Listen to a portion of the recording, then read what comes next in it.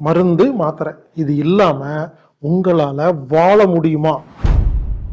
காலையில எந்திரிச்சதுல இருந்து நைட்டு தூங்குற வரைக்கும் நாமெல்லாம் ஒரு நாளைக்கு எவ்வளவு கெமிக்கல் பொருட்களை உபயோகப்படுத்துறோங்கிறது தெரியுமா? நம்மள விடுங்க, நம்ம வீட்டுல இருக்கிற சின்ன குழந்தை ஒரு நாளைக்கு எவ்வளவு கெமிக்கல் பொருட்களை சாப்பிடுறாங்கிறத நீங்க கவனிச்சிருக்கீங்களா?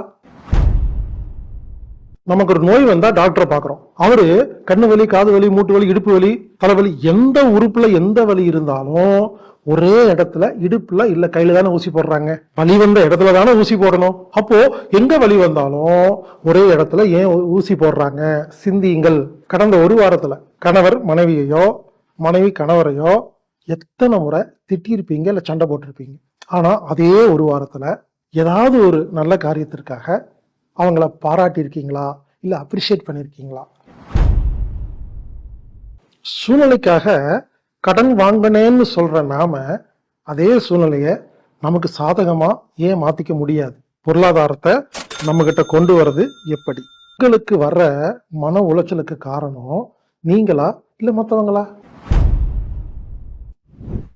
நிஷ்டை 21 நாள் வாழ்வியல் சவால், 21 நாட்கள், 21 பழக்க வழக்கங்கள். இந்த 21 நாள் வகுப்பை நீங்க முடிச்சுட்டு வெளியே போகும் பொழுது இந்த உலகத்தை ஒரு புது கண்ணோட்டத்துல பார்ப்பீங்க. இந்த 21 நாள் வகுப்பு உங்க வாழ்க்கையில ஒரு மிகப்பெரிய மாற்றத்தை ஏற்படுத்தும். கலந்து கொள்ளுங்கள், பயன்பெறுங்கள். இப்படிக்கு ஹீலர் பாஸ்கர்.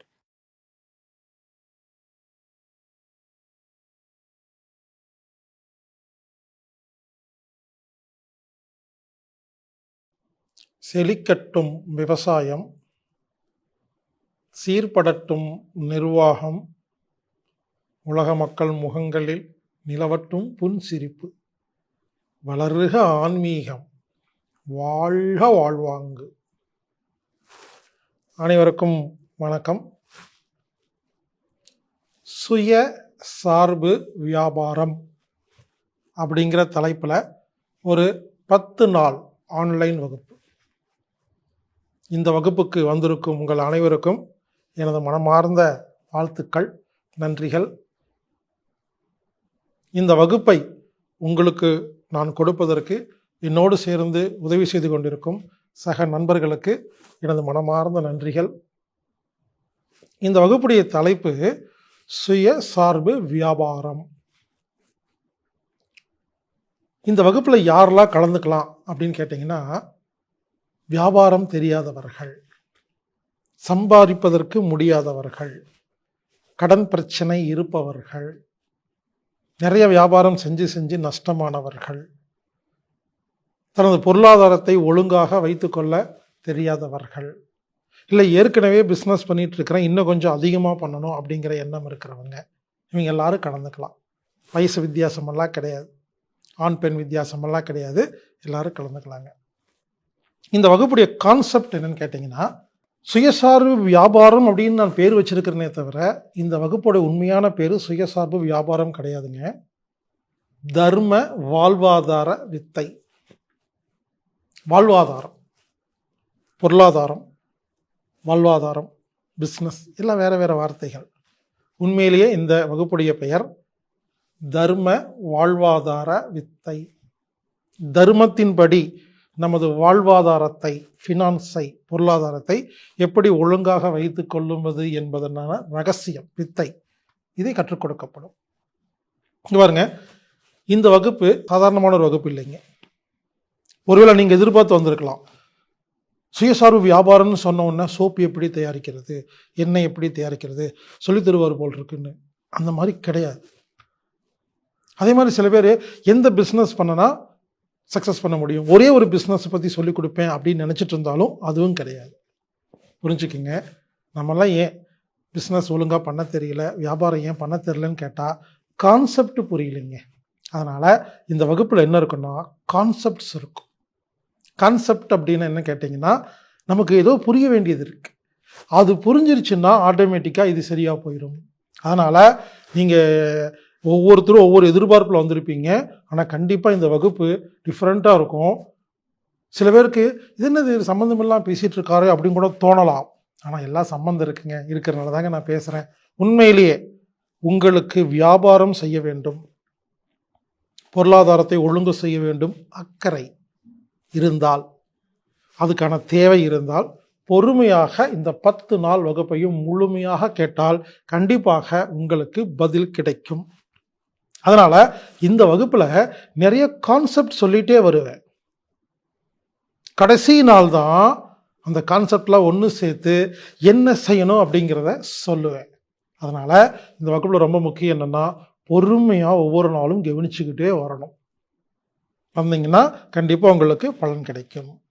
இந்த வகுப்புல என்னென்னலாம் பார்க்க போறோம்னா, ஒரு தொழிலை எப்படி தேர்ந்தெடுப்பது, எந்த மாதிரி வேலையை தேர்ந்தெடுப்பது, தர்மம்னா என்ன, டிஜிட்டல் மார்க்கெட்டிங்னா என்ன, அப்டேட் பண்றது எப்படி, ஸ்மார்ட் ஒர்க் செய்யறது எப்படி, ஆர்கானிக் ஷாப் வைக்கிறது எப்படி, மாற்று சிகிச்சை, ஆல்டர்னேட்டிவ் தெரப்பி, இதன் மூலியமாக வருமானம் செய்வது எப்படி, தொழிலுக்கு மரியாதை கொடுப்பது எப்படி, டெக்னிக்கல் நாலேஜ் அதிகம் செய்கிறது எப்படி, ஜாப் ஒரு வேலையில் இருக்கும் பொழுது அங்கே என்னமெல்லாம் பிரச்சனை வரும் அதை எப்படி சமாளிக்கிறது, பிஸ்னஸ் பண்ணும் பொழுது அதில் என்னமெல்லாம் பிரச்சனை வரும் அதை எப்படி சமாளிக்கிறது, ஸ்மார்ட் ஒர்க் பண்ணுறது எப்படி, தனித்திறமையை வச்சு வருமானத்தை ஈட்டுறது எப்படி, சும்மா இருந்து அதன் மூலியமாக நமது அப்டேட் கொண்டு போகிறது எப்படி, கடன் பிரச்சனைகளை தீர்ப்பது எப்படி, டைம் மேனேஜ்மெண்ட் செய்கிறது எப்படி, social media, YouTube, Telegram, Instagram, website, email இதெல்லாம் மேனேஜ் பண்ணுறது எப்படி, நோட்டீஸ் அடிக்கிறது எப்படி, பேனர் அடிக்கிறது எப்படி,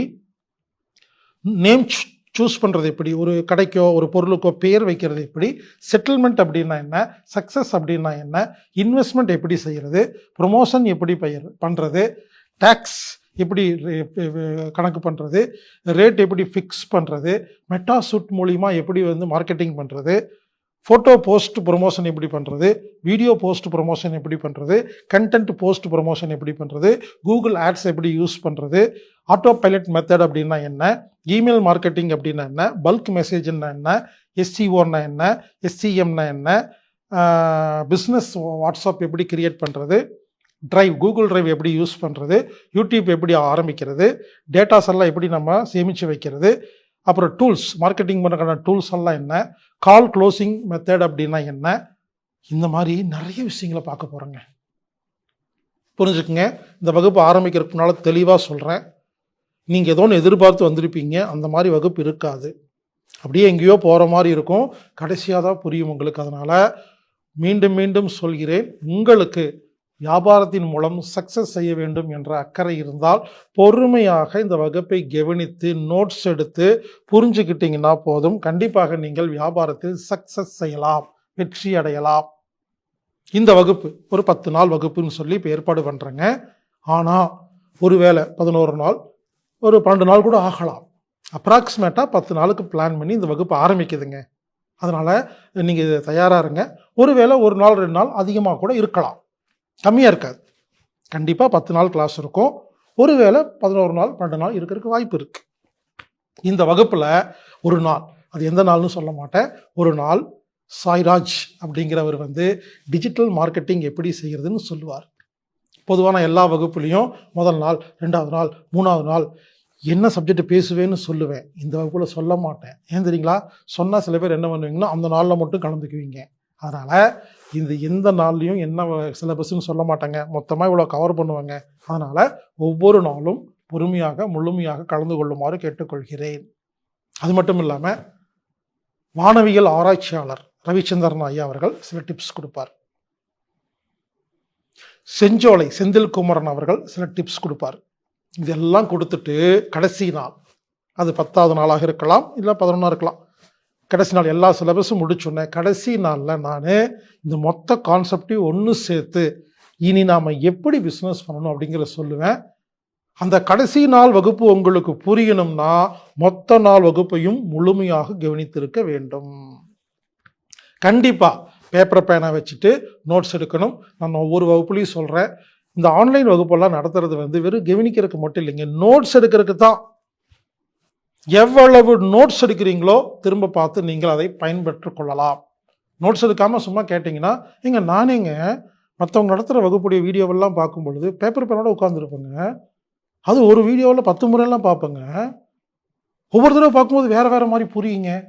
எனவே எல்லா வகுப்புலையும் பேப்பர் பேனா வச்சுக்கோங்க, நோட்ஸ் எடுங்க. இந்த வகுப்பு ஒரு சுமார் ஒவ்வொரு நாளும் 1.5 மணி நேரம் இருக்குங்க. 1.25 மணி நேரம், 1.5 மணி நேரம், 1.25 மணி நேரம் அந்த மாதிரி இருக்கும். எனவே மனதை தயார் பண்ணிக்கங்க. 1 மணி நேரத்தில் இந்த கிளாஸ் முடியாது. ஒவ்வொரு நாள் சிலபஸ் மாறிட்டு இருக்கும்போது கரெக்டாக 1 மணி நேரத்தில் முடிக்க முடியாதுங்க. ஒரு நாள் வகுப்பு 1.5 மணி நேரம் ஆகலாம், 1.25 மணி நேரம் ஆகலாம், அதிகபட்சம் 1.25 மணி நேரம் ஆகலாம். அதுக்கு நீங்கள் தயாராகிக்கங்க. மீண்டும் சொல்கிறேன், இந்த வகுப்பு கண்டிப்பாக உங்களுக்கெல்லாம் பிரயோஜனமான வகுப்பாக இருக்கும். ஆனால் முழுமையாக பொறுமையாக கேட்டு கான்செப்டை புரிந்தால் மட்டும்தான் உங்களுக்கு உபயோகமாக இருக்கும். எனவே இந்த தர்ம வாழ்வாதார வித்தை என்ற வகுப்பில் நீங்கள் பயன்பெற்று எல்லோரும் நல்ல காரியம் பண்ணுற நீங்கள்லாம் வியாபாரம் பண்ணி பொருளாதாரத்தில் சிறப்பாக இருக்கணும் அப்படிங்கிறது எனது எண்ணம். அதற்காக தான் இந்த வகுப்பு நம்ம ஏற்பாடு பண்ணியிருக்கோம். இந்த வகுப்பு ஏன் ஏற்பாடு பண்ணியிருக்கேன்னா, கடந்த 15 வருஷத்தில் நிறைய பேர் ஃபோன் பண்ணி வருமானம் இல்லைங்க, நான் சோப்பு தயாரிக்கிறேங்க, விற்க முடியலைங்க, நான் ரொம்ப நல்லவங்க ஆனால் எனக்கு வருமானம் இல்லைங்கன்னு நிறைய பேர் சொல்கிறாங்க. புரிஞ்சுக்குங்க, இவங்க ஒவ்வொருத்தருக்கும் நான் பேசி 2 மணி நேரம் 3 மணி நேரம் செலவு பண்ணி புரிய வைக்கிறதுக்கு பொதுவாக இந்த மாதிரி வகுப்பு எடுத்துட்டா இனிமேல் இந்த வகுப்பில் கலந்துக்க சொல்லலாம், இல்லை இவங்களுக்கு பென் டிரைவ் கொடுக்கலாம், இல்லை கூகுள் டிரைவ் கொடுத்துட்டோம்னா எனக்கு பேச வேண்டிய வேலை மிச்சம் தானுங்க. இதெல்லாம் இந்த வகுப்பை முடிச்சுட்டு அதுக்கப்புறமா உங்களுக்கு சந்தேகம் இருந்தால் நீங்கள் கேட்டிங்கன்னா எனக்கு பதில் சொல்வது ரொம்ப சுலபமாக இருக்குங்க. எனவே சுயசார்பு வியாபாரம் என்கிற தர்ம வாழ்வாதார வித்தை என்ற இந்த வகுப்பில் கலந்து கொண்ட அனைவருக்கும் எனது மனமார்ந்த வாழ்த்துக்களை தெரிவித்து இந்த வகுப்பை நான் இப்பொழுது ஆரம்பிக்கிறேன். பாருங்கள், பயன்பெறுங்கள். செழிக்கட்டும் விவசாயம், சீர்படட்டும் நிர்வாகம், உலக மக்கள் முகங்களில் நிலவட்டும் புன்சிரிப்பு, வளர்க ஆன்மீகம், வாழ்க வாழ்வாங்கு. அனைவருக்கும் வணக்கம். இந்த வகுப்பின் தலைப்பு சுயசார்பு வியாபாரம், செல்ஃப் சஸ்டைனபிள் பிஸ்னஸ். இந்த வகுப்புக்கு இன்னொரு பேர் இருக்குங்க, சம்பாதிக்கும் கலை. இந்த வகுப்பு இன்னொரு பேர் இருக்கு, சுயசார்பு பொருளாதாரம். பொருளாதாரம்ங்கிறது வேற, வியாபாரங்கிறது வேற. இந்த ரெண்டுக்குள்ள வித்தியாசத்தை பார்க்க போறோம். ஆனா இந்த உண்மையிலே இந்த வகுப்புடைய தலைப்பு இதெல்லாம் கிடையாதுங்க. இப்படி சொன்னாதான் வருவீங்கன்னு சொல்லி போட்டிருப்போம். உண்மையிலேயே இந்த வகுப்புடைய தலைப்பு என்னன்னா, தர்ம வாழ்வாதார வித்தை. இப்படின்னு தமிழ்ல சொன்னா யாருக்கும் புரியாது. தர்ம வாழ்வாதார வித்தை, இதுதான் சரியான பெயர்.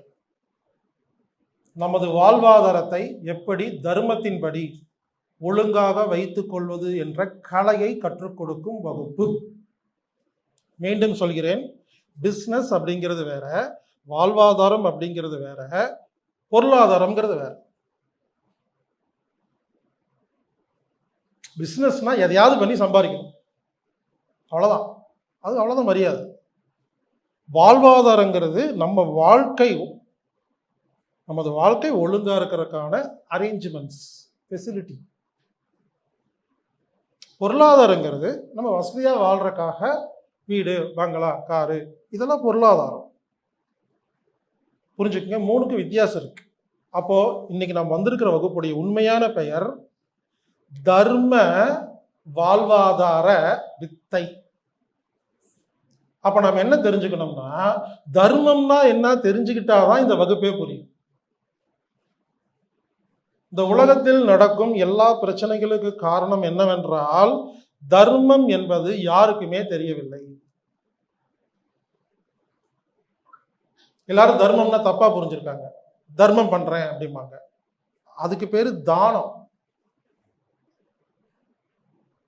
பிறந்தநாள் அப்ப போய் ஒரு ஆசிரமத்துல சாப்பாடு வாங்கி கொடுத்தது தர்மம் இல்லை, தானம் கொடுக்குறீங்க. தானம் வேற, தர்மம் வேற. தர்மம் என்பது ஒரு புரிதல். அதனால நாம இந்த வகுப்புல என்ன கத்துக்க போறோம்னா, தர்ம வாழ்வாதார வித்தை கத்துக்க போகிறோம். இந்த வித்தையை பள்ளியில் யாருமே சொல்லிக் கொடுக்கவில்லை, கல்லூரியில் யாருமே சொல்லிக் கொடுக்கவில்லை, அப்பா அம்மா நமக்கு சொல்லிக் கொடுக்கவில்லை, யாருமே சொல்லிக் கொடுக்கவில்லை. ஆனால் நம்ம எல்லோரும் திட்டிக் கொண்டே இருப்பார்கள், ஒழுங்காரு, நல்லா சம்பாரி, செட்டில் ஆயிரு, என்ன பண்ணிட்டு இருக்க, இப்படியெல்லாம் கேள்வி தான் கேட்பாங்களே தவிர யாராவது ஒருத்தர் இங்கே வா நான் உனக்கு சொல்லி கொடுக்குறேன் இதுதான் மெத்தட் அப்படின்னு சொல்லி கொடுத்தது இல்லைங்க. இந்த வகுப்பு நான் ஏன் ஆரம்பிக்கிறேன் அப்படின்னு கேட்டீங்கன்னா, எனக்கு கடந்த ஒரு 20 வருடமாக நான் தினமும் ஒரு 100லேருந்து 300 பேருக்கு இலவசமாக ஆலோசனை கொடுத்துட்டு வரேங்க. என்ன ஒரு விஷயமா இருந்தாலும், ஹெல்த் சம்பந்தமா, மனம் சம்பந்தமா, குடும்பம் சம்பந்தமா, கல்வி சம்பந்தமா, பொருளாதாரம் சம்பந்தமா ஆலோசனை கொடுத்துட்டு வரேன். அப்போ என்கிட்ட நிறைய பேர் கேள்வி கேட்கறது, சார் எனக்கு ஏதாவது ஒரு வேலை போட்டு கொடுங்க, நான் கிளம்பி வந்துடுறேன், சார் பிஸ்னஸ்க்கு ஐடியா கொடுங்க, எப்படி சம்பாதிக்கிறதுன்னு டெய்லி கேட்டுக்கிட்டே இருக்கிறாங்க. நானும் ஒவ்வொருத்தருக்கும் பதில் சொல்லும் பொழுது என்ன ஆகுதுன்னா, ஒரு 2 மணி நேரம் தேவைப்படுது அவங்களுக்கு பேசி புரிய வைக்கிறதுக்கு. இப்படி நான் இது வரைக்கும் ஒரு 1000 பேருக்கு புரிய வச்சிருப்பேன். பல நேரம் டைம் இருக்காது, இப்போ ஷார்ட்டாக பேசிடுவேன். அப்புறம் தான் யோசித்தேன், இது ஒரு வகுப்பாக எடுத்துட்டா, அதை ரெக்கார்டிங் பண்ணிட்டா, அதை நம்ம ஆன்லைனில் யூடியூப்ல எல்லாம் கொடுக்கும் பொழுது இனிமேல் யாராவது கேட்டாங்கன்னா இந்த வீடியோ பாருங்க அப்படின்னு சொல்லிட்டா அவங்களுக்கு டீட்டெயிலாக தெளிவாக இருக்கும் அப்படிங்கிற நோக்கத்துக்காக தான் இந்த வகுப்பு ஏற்பாடு பண்ணியிருக்கிறாங்க. அதனால இந்த வகுப்புல முழுமையா இந்த வகுப்புடைய டாபிக் வந்து பிஸ்னஸ் அப்படிங்கிறனால அது சம்பந்தமாக தான் நிறைய விஷயங்கள் இருக்கும். இது ஒரு ஸ்பெஷல் கிளாஸ். எல்லோரும் புரிஞ்சுக்குங்க, வியாபாரங்கிறது தப்பே இல்லைங்க, பிஸ்னஸ்ங்கிறது தப்பு இல்லை. பல பேர் அவர் பயங்கரமான பிஸ்னஸ்காரங்க புரிஞ்சுக்குங்க. பிஸ்னஸ் அப்படின்னா இங்கிலீஷ்ல, தமிழ்ல வியாபாரம். வியாபாரம் தப்பு இல்லைங்க, தப்பான வியாபாரம் தான் தப்பு. வியாபாரங்கிறது ஏதாவது ஒரு வழி செஞ்சு ஏதோ ஒரு வேலையை செஞ்சு வருமானத்தை நம்ம ஈட்டிக்கிறது, அவ்வளவுதானே. இது வியாபாரம் எப்படி தப்பா இருக்கும்? புரிஞ்சுக்குங்க, வியாபாரம் என்பது தப்பல்ல, அந்த வியாபாரத்தை தப்பாக செய்வதுதான் தப்பு. நியாயமா தர்மப்படி வியாபாரம் செய்யலாம். அதைத்தான் நாம இந்த வகுப்புல பார்க்க போறோம். ஓகே, இந்த வகுப்புடைய கான்செப்ட் முதல்ல சொல்றேன். தர்ம வாழ்வாதார வித்தையுடைய கான்செப்ட் என்னன்னா, நல்லா கவனிங்க, இப்ப நான் சொல்ல போற இந்த கான்செப்ட் தான் இந்த மொத்த வகுப்புடைய கான்செப்ட். இப்ப நான் ஒரு 5 நிமிஷம் பேசுவேன், இது உங்களுக்கு புரிஞ்சிருச்சுன்னா இதுக்கப்புறம் நீங்க எந்திரிச்சு வீட்டுக்கு போனாலும் நீங்க வந்து அதை ஃபாலோ பண்ணிக்கலாம். ஐ மீன் அதுக்காக வீட்டுக்கு எந்திரிச்சு போயிட வேண்டாங்க. இது புரிஞ்ச ஒருத்தருக்கு எல்லாமே புரிஞ்சிருங்கிறாங்க. மொத்த கான்செப்டை குயிக்கா சொல்ல போறாங்க. ஏதாவது ஒரு துறையை தேர்ந்தெடுக்க வேண்டும். உலகில் உள்ள ஏதாவது ஒரு துறையை தேர்ந்தெடுக்க வேண்டும். அந்த துறை நமக்கு மிகவும் பிடித்ததாக இருக்க வேண்டும். அந்த துறையில் உள்ள நல்லதை கெட்டதை முழுமையாக ஆராய்ச்சி செய்ய வேண்டும். செய்து முடித்த பிறகு அந்த துறையில் நாம் அந்த துறையை ஒழுங்குபடுத்தும் வேலையை கையில் எடுத்துக்கொள்ள வேண்டும். அதை மக்களுக்கு புரிய வைக்க வேண்டும். அந்த துறையில் கெட்டது செய்யும் நபர்களை ஒழித்து கட்ட வேண்டும். அதன் மூலியமாக நமக்கு ஒரு வருமானம் கிடைக்க வேண்டும். அதை வைத்து நமது வாழ்வாதாரத்தை மெயின்டைன் செய்து கொள்ள வேண்டும். இதாங்க கான்செப்ட். சிம்பிள், இவ்வளவுதான். மீண்டும் சொல்கிறேன், நல்லா புரிஞ்சுக்குங்க. ஏதாவது ஒரு துறை அப்படின்னா, உதாரணத்துக்கு உங்களுக்கு டவுட் வரும், அதான் ஏதாவது துறை அப்படின்னா, உதாரணத்துக்கு நான் சொல்றேன் கேளுங்களேன். எனக்கு ஒரு நாளைக்கு 100 முதல் 300 இமெயில் வரும். healerbaskar@gmail.com. அவங்கவுங்க கேள்வியெல்லாம் கேட்டிருப்பாங்க. இதில் கொஞ்சம் வித்தியாசமாக எப்படி இருக்குன்னா, உலகத்தில் இருக்கிற எல்லாரும் எனக்கு வேலை கொடுத்துக்கிட்டே இருப்பாங்க. ஒருத்தர் எனக்கு மெயில் அனுப்புறாரு, சார் சிட்டுக்குருவிகள் எல்லாம் அழிஞ்சிட்டு போகுது, இது சம்மந்தமாக நீங்கள் என்ன ஒன்றும் பண்ணாமல் இருக்கிறீங்க, உடனடியாக அதுக்கு எதனா ஏற்பாடு பண்ணி உடனே அதெல்லாம் காப்பாற்றுங்க. இப்படி ஊரில் எதாக இருந்தாலும் எனக்கு மெயில் வந்து, நீங்கள் என்ன பண்ணிட்டு இருக்கீங்க, உடனே இதெல்லாம் பண்ணுங்க. நான் உடனே அவருக்கு மெயில் அனுப்புகிறேன், சிட்டுக்குருவி காப்பாற்றுறதுக்காக எனக்கு இன்ஃபர்மேஷன் கொடுத்தவருக்கு. ஓகே, கண்டிப்பாக விரைவில் அதெல்லாம் ஏற்பாடு செய்கிறேன் அப்படின்ட்டு. நீங்கள் உங்கள் பேர் என்ன, எந்த ஊரில் இருக்கீங்க, என்ன மாதிரி வேலை செய்கிறீங்க. உடனே அவர் எனக்கு இந்த பேர், இந்த ஊர் பெங்களூரு, நான் சாஃப்ட்வேர் கம்பெனியில் ஒர்க் பண்ணுறேன். உடனே திரும்ப சுமாராக மாதம் எவ்வளோ சம்பளம் இருக்கும், என்ன சார் பெருசாக கொடுத்துட்றாங்க, 2.5 lakhs கொடுக்குறாங்க சார்.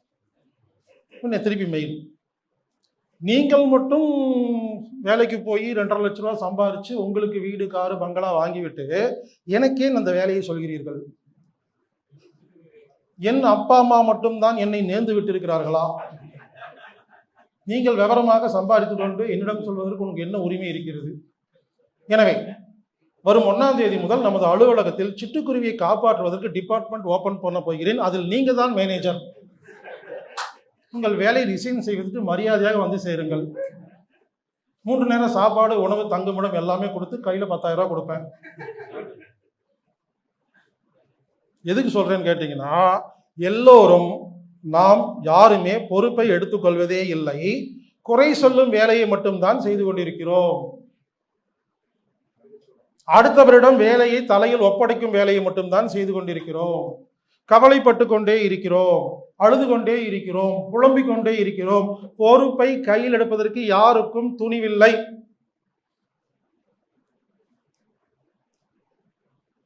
அப்ப இனிமேல் யாராவது என்கிட்ட வந்து எந்த ஃபீல்டை பத்தி குறை சொன்னீங்கன்னா நீங்க அதை மாத்துங்க. உங்களை அரசியல் சரியில்லைன்னு யாரெல்லாம் புலம்புறீங்களோ, ஏன் உங்களுக்கு ஒரு கவுன்சிலர் ஆகிறதுக்கு துப்பு இல்லையா, வக்கு இல்லையா? இந்த வார்த்தை ஏன் பயன்படுத்துறேன்னு பாருங்க. அப்போவாவது இப்படி கோவம் வந்து போய் ஆயிடுவீங்களோன்னு தான். ஒரு கவுன்சிலராக கூட துப்பு இல்லை, ஆனா முதலமைச்சரை கண்ணாமுன்னா திட்டுவோம், மினிஸ்டரை வாய்க்கு வந்தெல்லாம் திட்டுவோம். ஏன் திட்டுறோன்னா அவங்க திருப்பி திட்டுறது இல்லை. இதே பக்கத்து கிட்ட வர திட்டினா வந்து அடிச்சிருவான். புரிஞ்சுக்குங்க. யாரெல்லாம் திட்டுனா ஒபாமாவை திட்டுவோம், ட்ரம்பை திட்டுவோம், உங்க மேனேஜரை திட்டுங்களே பார்க்கலாம். Good morning sir. அதனால என்ன சொல்ல வரேன்னாங்க, உங்களுக்கு எந்த ஃபீல்டில் நிறைய தப்பு நடக்குதுன்னு ஆதங்கப்படுறீங்களோ, அப்ப என்ன உங்க டியூட்டி என்னன்னா அந்த ஃபீல்டை சரி பண்றதுதான் டியூட்டிங்கிறேன். அதை தான் நீங்க வியாபாரமா உங்களோட ஃபீல்டை செலக்ட் பண்ணணும்.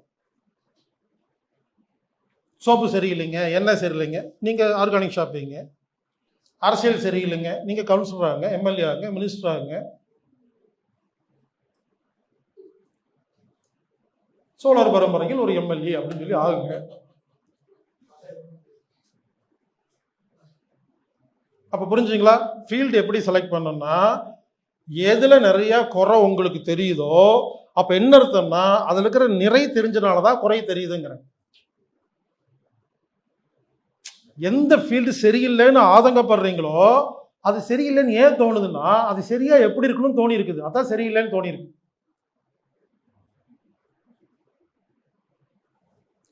அப்ப அது நீங்க தானே சரி பண்ண முடியும். ஏன் மற்றவங்களை குறை சொல்றீங்க, அவங்கள போய் திருந்த சொல்றீங்க. இப்ப நான் வந்துங்க ஊர்ல வந்து எண்ணெய் சரியில்லைன்னு தெரிஞ்சிருச்சு. நான் வந்து எண்ணெய் கம்பெனி போய் ஸ்ட்ரைக் பண்ணலைங்க, என்ன தப்பா இருக்குன்னு நான் வந்து புலம்பிட்டு இல்லைங்க. உடனே என்ன பண்ணேன்னா அதை கையில் எடுத்துக்கிட்டேன். இப்ப இருக்கும் எண்ணெய் சரியில்லை, செக்கு எண்ணெய் பயன்படுத்த நல்லதுன்னு இதை பிரச்சாரம் பண்ண முதல்ல ஆரம்பிக்கும் பொழுது அப்ப யாருக்குமே தெரியாதுங்க. நான் முதல்ல ஆரம்பிச்சேன். அப்புறம் கொஞ்சம் கொஞ்சமா டெவலப் ஆகி இன்னைக்கு ஒவ்வொரு தெருவிலையும் செக்கு எண்ணெய் அப்படின்னு போட்டிருக்கிறாங்க. செக்கு எண்ணெய்னு போட்டுட்டு எதையோ கொடுக்குறாங்க, அது வேற விஷயம். பட் செக்கு எண்ணெய்னு போட்டிருக்காங்களா இல்லையா? இத்தனை வருஷமா செக்கு எண்ணெய் தான் கெட்டதுன்னு சொன்ன அதே கம்பெனிகள்லாம் எங்களிடம் செக்கு எண்ணெய் கிடைக்குன்னு விளம்பரம் பண்றாங்களா இல்லையா? அது சக்சஸ்ங்கிறாங்க. அந்த மாதிரி பொறுப்பெடுத்து மாத்திர வேலையை செய்யணும். அதவே நீங்க பிசினஸா பண்ணீங்கன்னா அப்போ உங்களுக்கு வருமானமும் கிடைக்கும். பாருங்க, வருமானமும் கிடைக்கும். ஒரு நல்ல விஷயத்தை கொண்டு போய் மக்கள்கிட்ட சேர்த்துறீங்க, கெட்ட விஷயத்த அழிக்கிறீங்க. உங்களுக்கு பிடிச்சிருக்குது, அதனால ஹாப்பியா இருக்கு, மன மகிழ்ச்சியா இருக்கு, திருப்தியா இருக்கு, வருமானமும் வருது. இதுதான், இந்த கான்செப்ட் தான் தர்ம சுயசார்பு பொருளாதார வாழ்வாதார வித்தை. இதாங்க கான்செப்ட். இது புரியாம நீங்க வேற ஏதோ ஒரு ஃபீல்டை செலக்ட் பண்ணி பிடிக்காத வேலையை செஞ்சுட்டு மற்ற விஷயத்தை திட்டிட்டு இருக்க வேண்டாங்கிறங்க.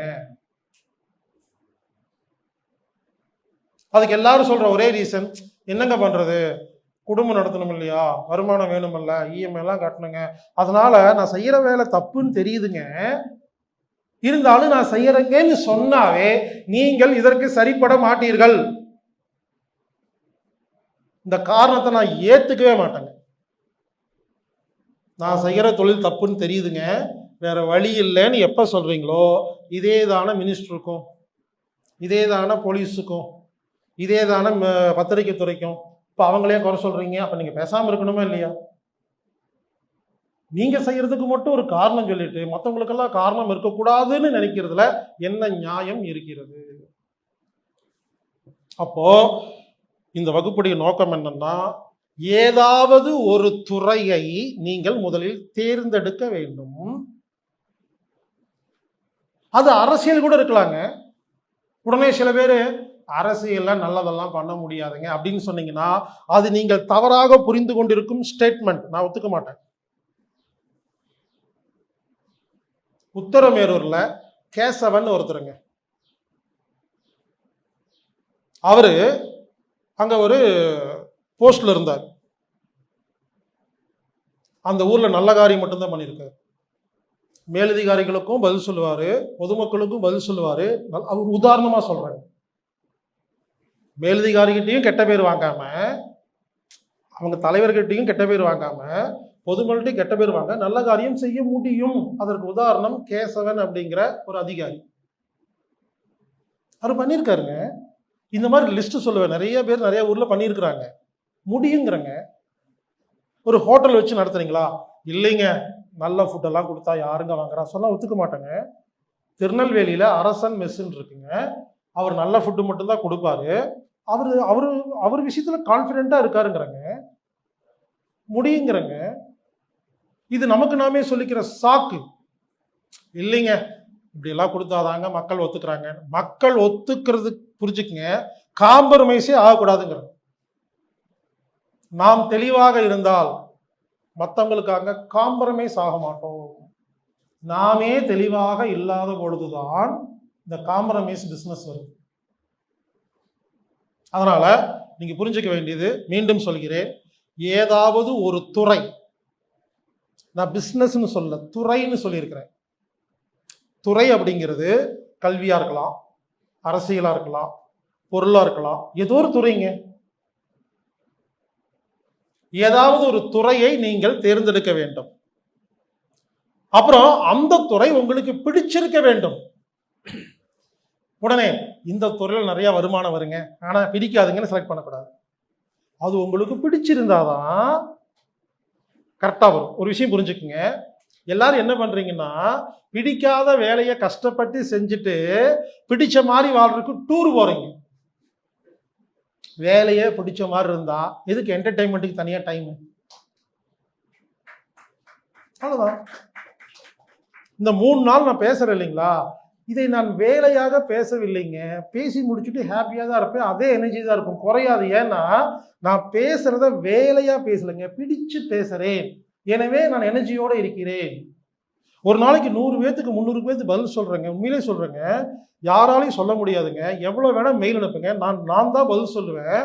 24 மணி நேரம் பதில் சொல்றேங்க. டயர்ட் ஆனதில்லை. ஏன்? நான் பிடிச்சு செய்கிறேன், அதை வேலையாக செய்யவில்லை. நான் எத்தனையோ வேலைக்கு போயிருக்கிறேங்க, எப்ப பிடிக்கலையோ ரிசைன் பண்ணுவேன். ரெசிக்னேஷன் லெட்டர்ல எனக்கு இந்த வேலை பிடிக்கவில்லைன்னு எழுதுவேன். ஏன்னு கேட்பாங்க மேனேஜர். நீ எப்ப வந்தியோ அப்ப இருந்து எனக்கு பிடிக்கலன்னு சொல்றேன். மூஞ்சில் அடிச்சு, போன மேனேஜர் நல்லா இருந்தாரு, நீ வந்த இல்ல அப்படி சொல்லிட்டு வந்துருவேங்க. சரி, எதுக்கு வியாபாரம் பண்றோம்? முதல்ல அதுக்கு வருவோம். வியாபாரம் எதுக்கு பண்றோம்? பணம் சம்பாதிக்கிறது. சரி, பணம் எதுக்கு? நாம வாழ்றோம். ஆனா எதுக்காக பணம் சம்பாதிக்கிறோம் தெரியாம அந்த வாழ்க்கையை இழந்து சம்பாதிக்கிறீர்கள். இது தவறு. மனைவியோட 1/2 மணி நேரம் உட்கார்ந்து பேசுறதுக்கு டைம் இல்லையாமா. சம்பாதிக்கிறதே மனைவியோட உட்கார்ந்து பேசுறதுக்கு தான். புரிஞ்சுக்குங்க. எதுக்காக சம்பாதிக்க போனோமோ அதை மறந்துட்டு வேற எங்கேயோ போயிடுறாங்கிறாங்க. முதல்ல புரிஞ்சுக்குங்க, சம்பாதிக்கிறது எதுக்கு? முதல்ல பணம் எதுக்கு? பணம் எப்படி சம்பாதிச்சா வரும்? சம்பாதிக்கிறது எப்படி? வியாபாரம் பண்ணணும், வேலைக்கு போகணும், ஏதோ பண்ணணும். எதுக்கு?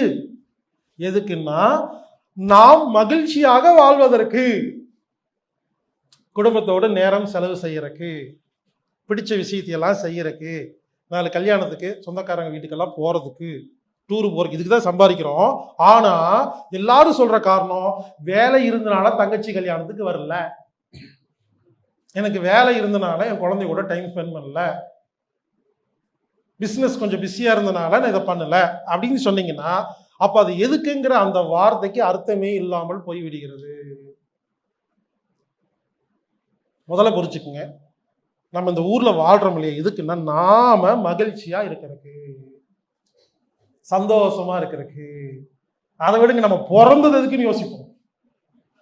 இந்த பூமியில பிறந்தது எதுக்குன்னா ஹாப்பியா வாழ்றதுக்குங்க, சந்தோஷமா இருக்கிறதுக்குங்க, மகிழ்ச்சியா இருக்குங்க, நிம்மதியா இருக்கிறதுக்குங்க, பிடிச்ச மாதிரி வாழ்றதுக்குங்க. ஆனா இதை தவிர மற்ற எல்லா வேலையும் பண்ணிட்டு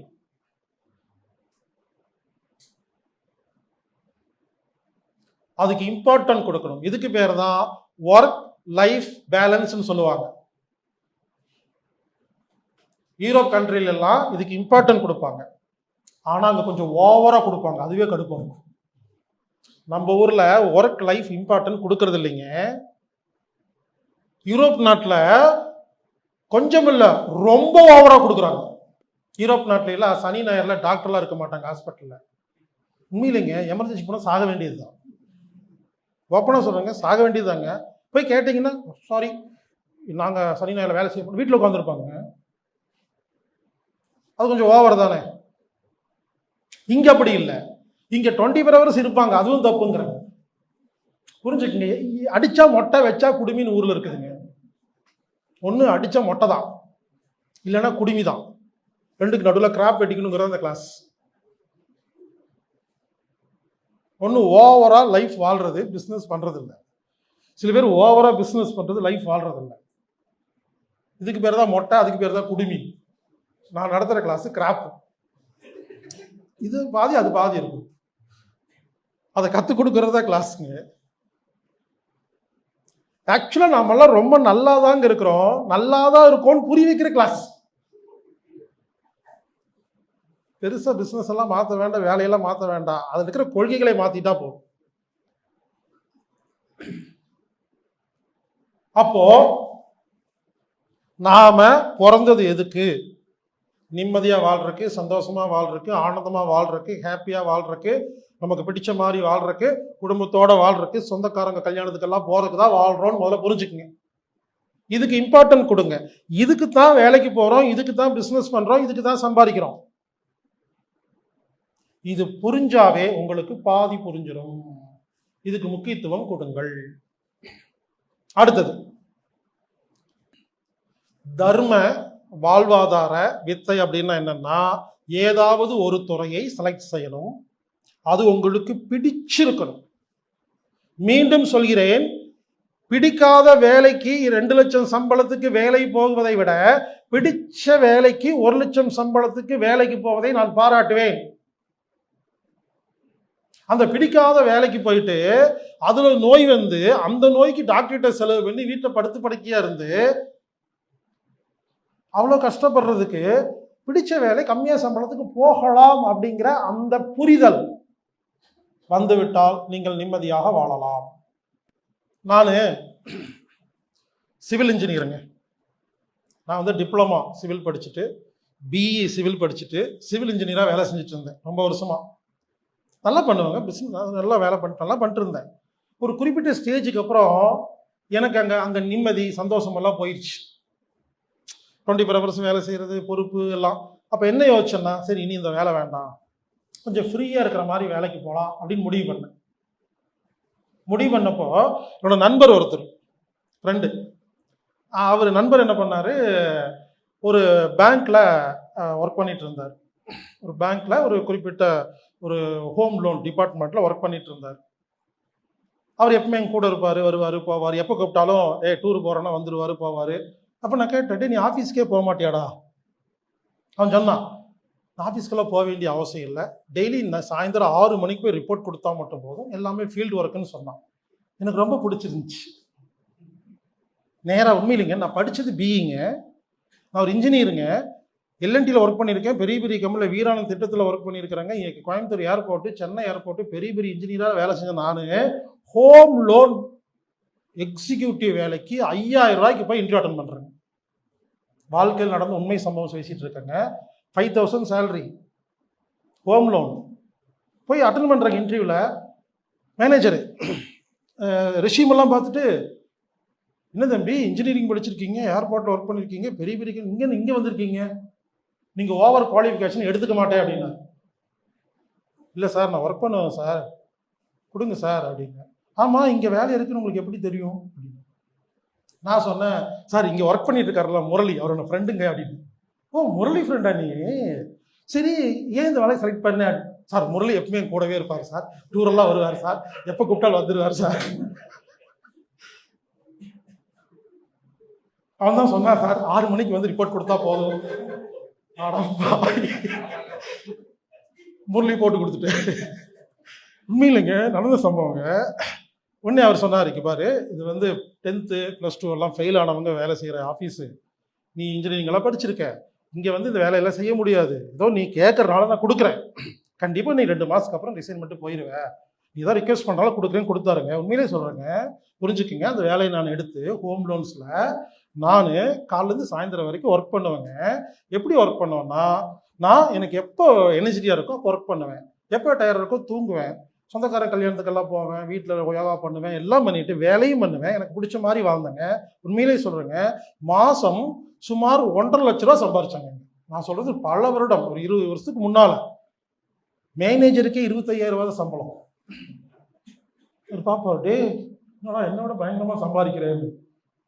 உண்மையிலங்க எதுக்கு சொல்ல வரேன்னா, நான் ஹாப்பியாக வாழணும், எனக்கு பிடிச்ச மாதிரி வாழணும், யாரோட கட்டுப்பாட்டில் இருக்க மாட்டேன், ஆனால் சம்பாதிக்கணும் அப்படிங்கிற கான்செப்டை சின்ன வயசுலேருந்து ஃபாலோ பண்ணிட்டு இருக்கிறனால எனக்கு அந்த வேலையை செலக்ட் பண்ணுங்க.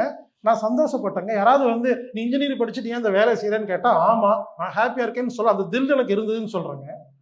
என்னோட மகிழ்ச்சி தாங்க முக்கியம், என்னோட சந்தோஷம் தாங்க முக்கியம். இதுக்கு யாருமே இம்பார்ட்டன்ட் கொடுக்கறது இல்லைங்க. நீங்கள் சமுதாயத்துக்காக வாழ்கிறீர்கள், எனவே துன்பப்படுகிறீர்கள். 4 பேர் என்ன சொல்லிடுவாங்களோ, அப்படி இல்லைங்கிறங்க. நீங்க பெரிய காலேஜில் ப்ரொஃபஸர் பாருங்க, கேட்டால் சொல்லுவார், நீங்க எங்க ஒர்க் பண்றீங்கன்னா அந்த காலேஜில் ப்ரொஃபஸர் அப்படிம்பாரு. பே ஸ்லிப் எடுத்து பாருங்க, 15,000 ரூபா தான் சம்பளம் இருக்கும். பிடிச்சதெல்லாம் போக 7,000 ரூபா கிடைக்கும். டீசெண்டாக போயிட்டு வர்ற கேட்டால் சொல்லுவார், ப்ரொஃபஸரு, லெக்சரரு, மேனேஜர் சொல்லுவாங்கங்க. நீங்கள் கணக்கு போட்டு பாருங்க, கம்மியாக இருக்கும். உங்கள் வீட்டுக்கு முன்னால் ஒருத்தர் பூக்கடை வச்சுட்டு இருப்பார், அந்த அம்மா என்னம்மா டெய்லி 10,000 ரூபா கிடைக்குது அப்படிம்பாங்க.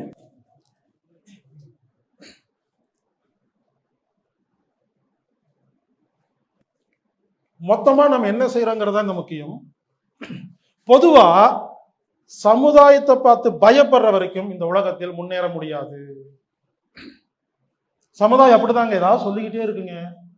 நீங்க வேணா செக் பண்ணி பாருங்க, சமுதாயத்தை பார்த்து பயப்படாதவங்க மட்டும்தான் அந்த உலகத்துல சக்சஸே பண்ணியிருக்காங்க. உட்கார்ந்துருந்தீங்கன்னு வச்சுங்களேன், என்னப்பா உட்காந்துட்டே அப்படிங்க, வடிவேல் படத்துல வர மாதிரி வடிவேல் உட்கார்ந்துருப்பாரு, என்ன உட்காந்துட்டீங்கன்னு கொஞ்சம் நடப்பாரு, என்ன எங்கடா போறீங்க நடக்கிறீங்கன்னு ஓடுவாரு, எங்கன்னு ஓடுறீங்க அப்படிம்பாரு. நீங்க எது செஞ்சாலும் ஏதாவது சொல்லிட்டு தான் இருக்கும். நாம தெளிவாக இருந்தால், நாம் செய்யும் விஷயம் நமக்கு தெளிவாக இருந்தால், யார் சொல்ற கமெண்ட்ஸையும் நம்ம உள்வாங்க மாட்டோம்.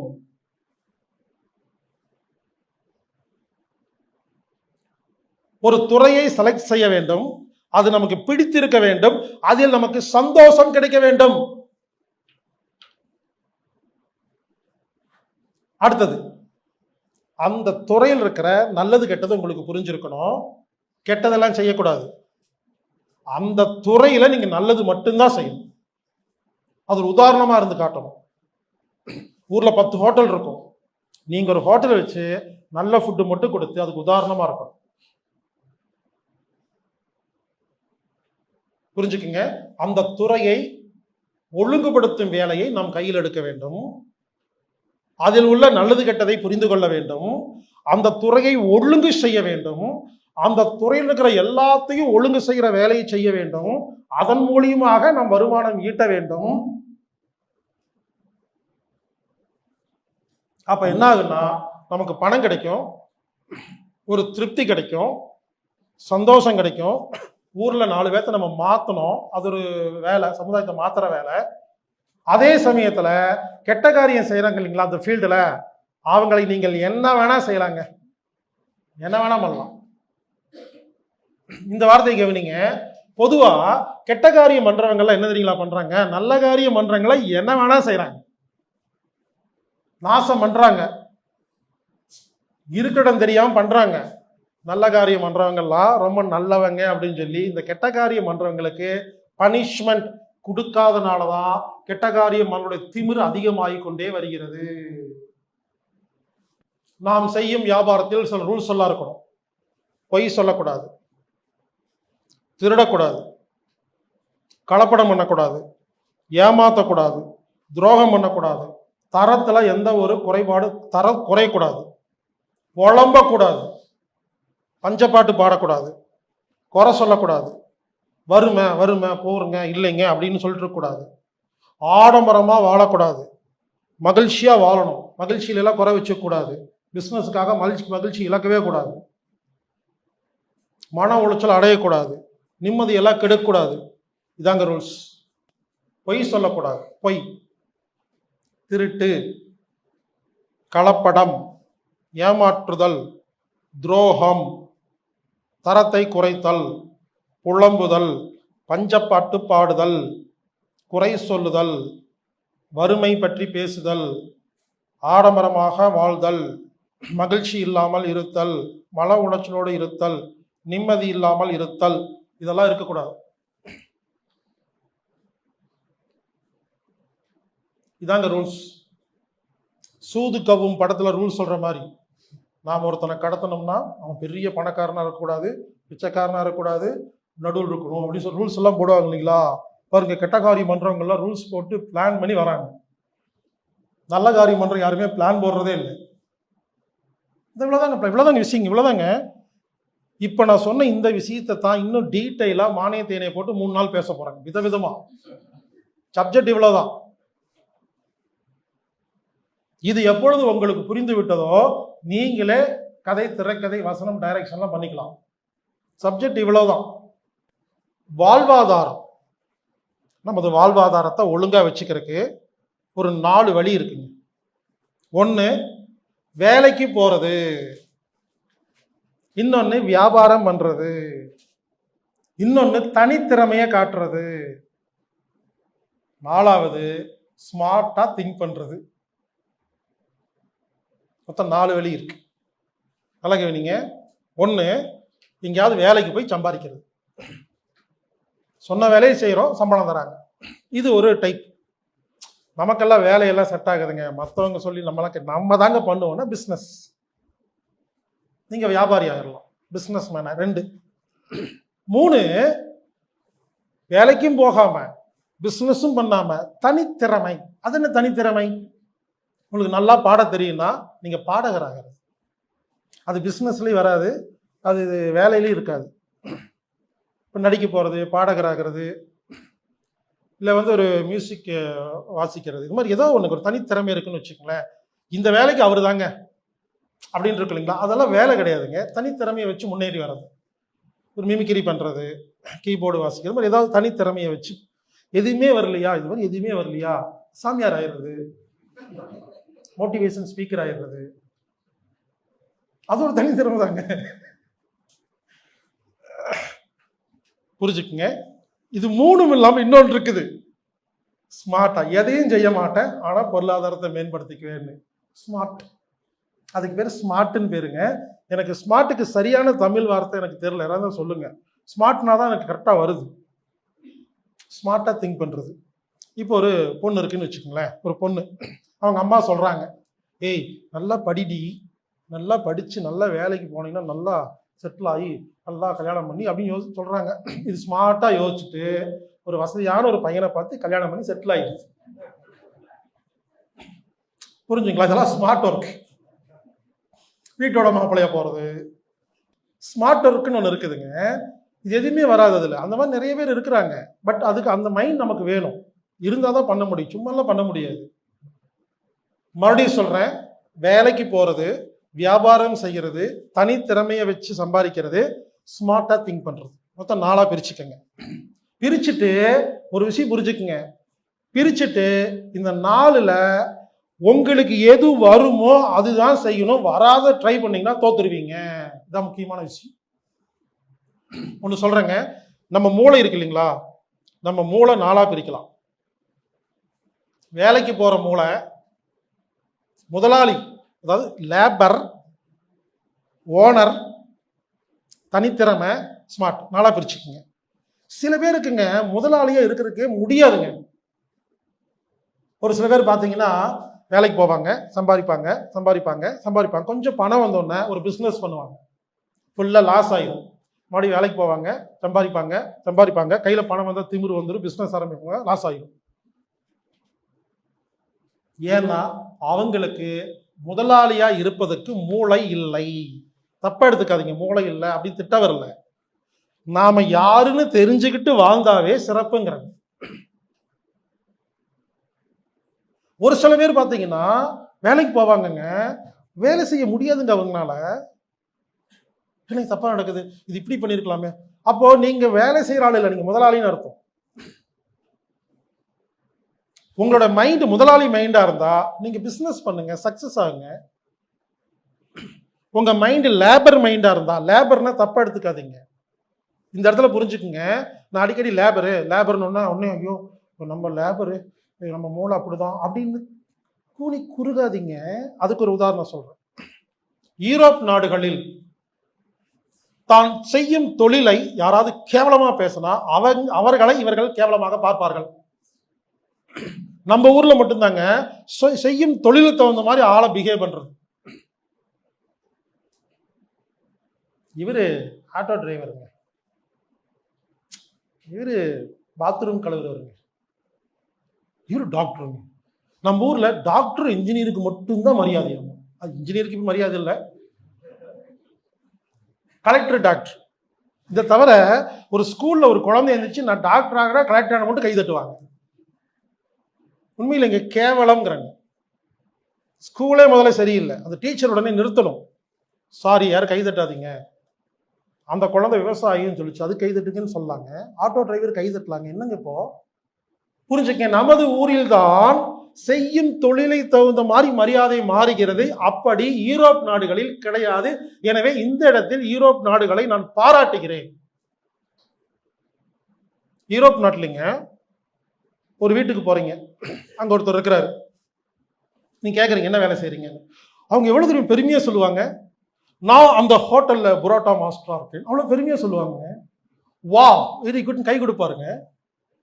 புரிஞ்சுக்கங்க, அங்க கொஞ்சம் கூட அப்படியா அப்படிங்கிற எண்ணம் வராது. நமக்கு தான் அப்படி வருங்க, அங்க அப்படி நினைக்கிறது இல்லைங்க. வெரி குட், யா ஃபைன், இப்படிதாங்க பேசுவாங்க.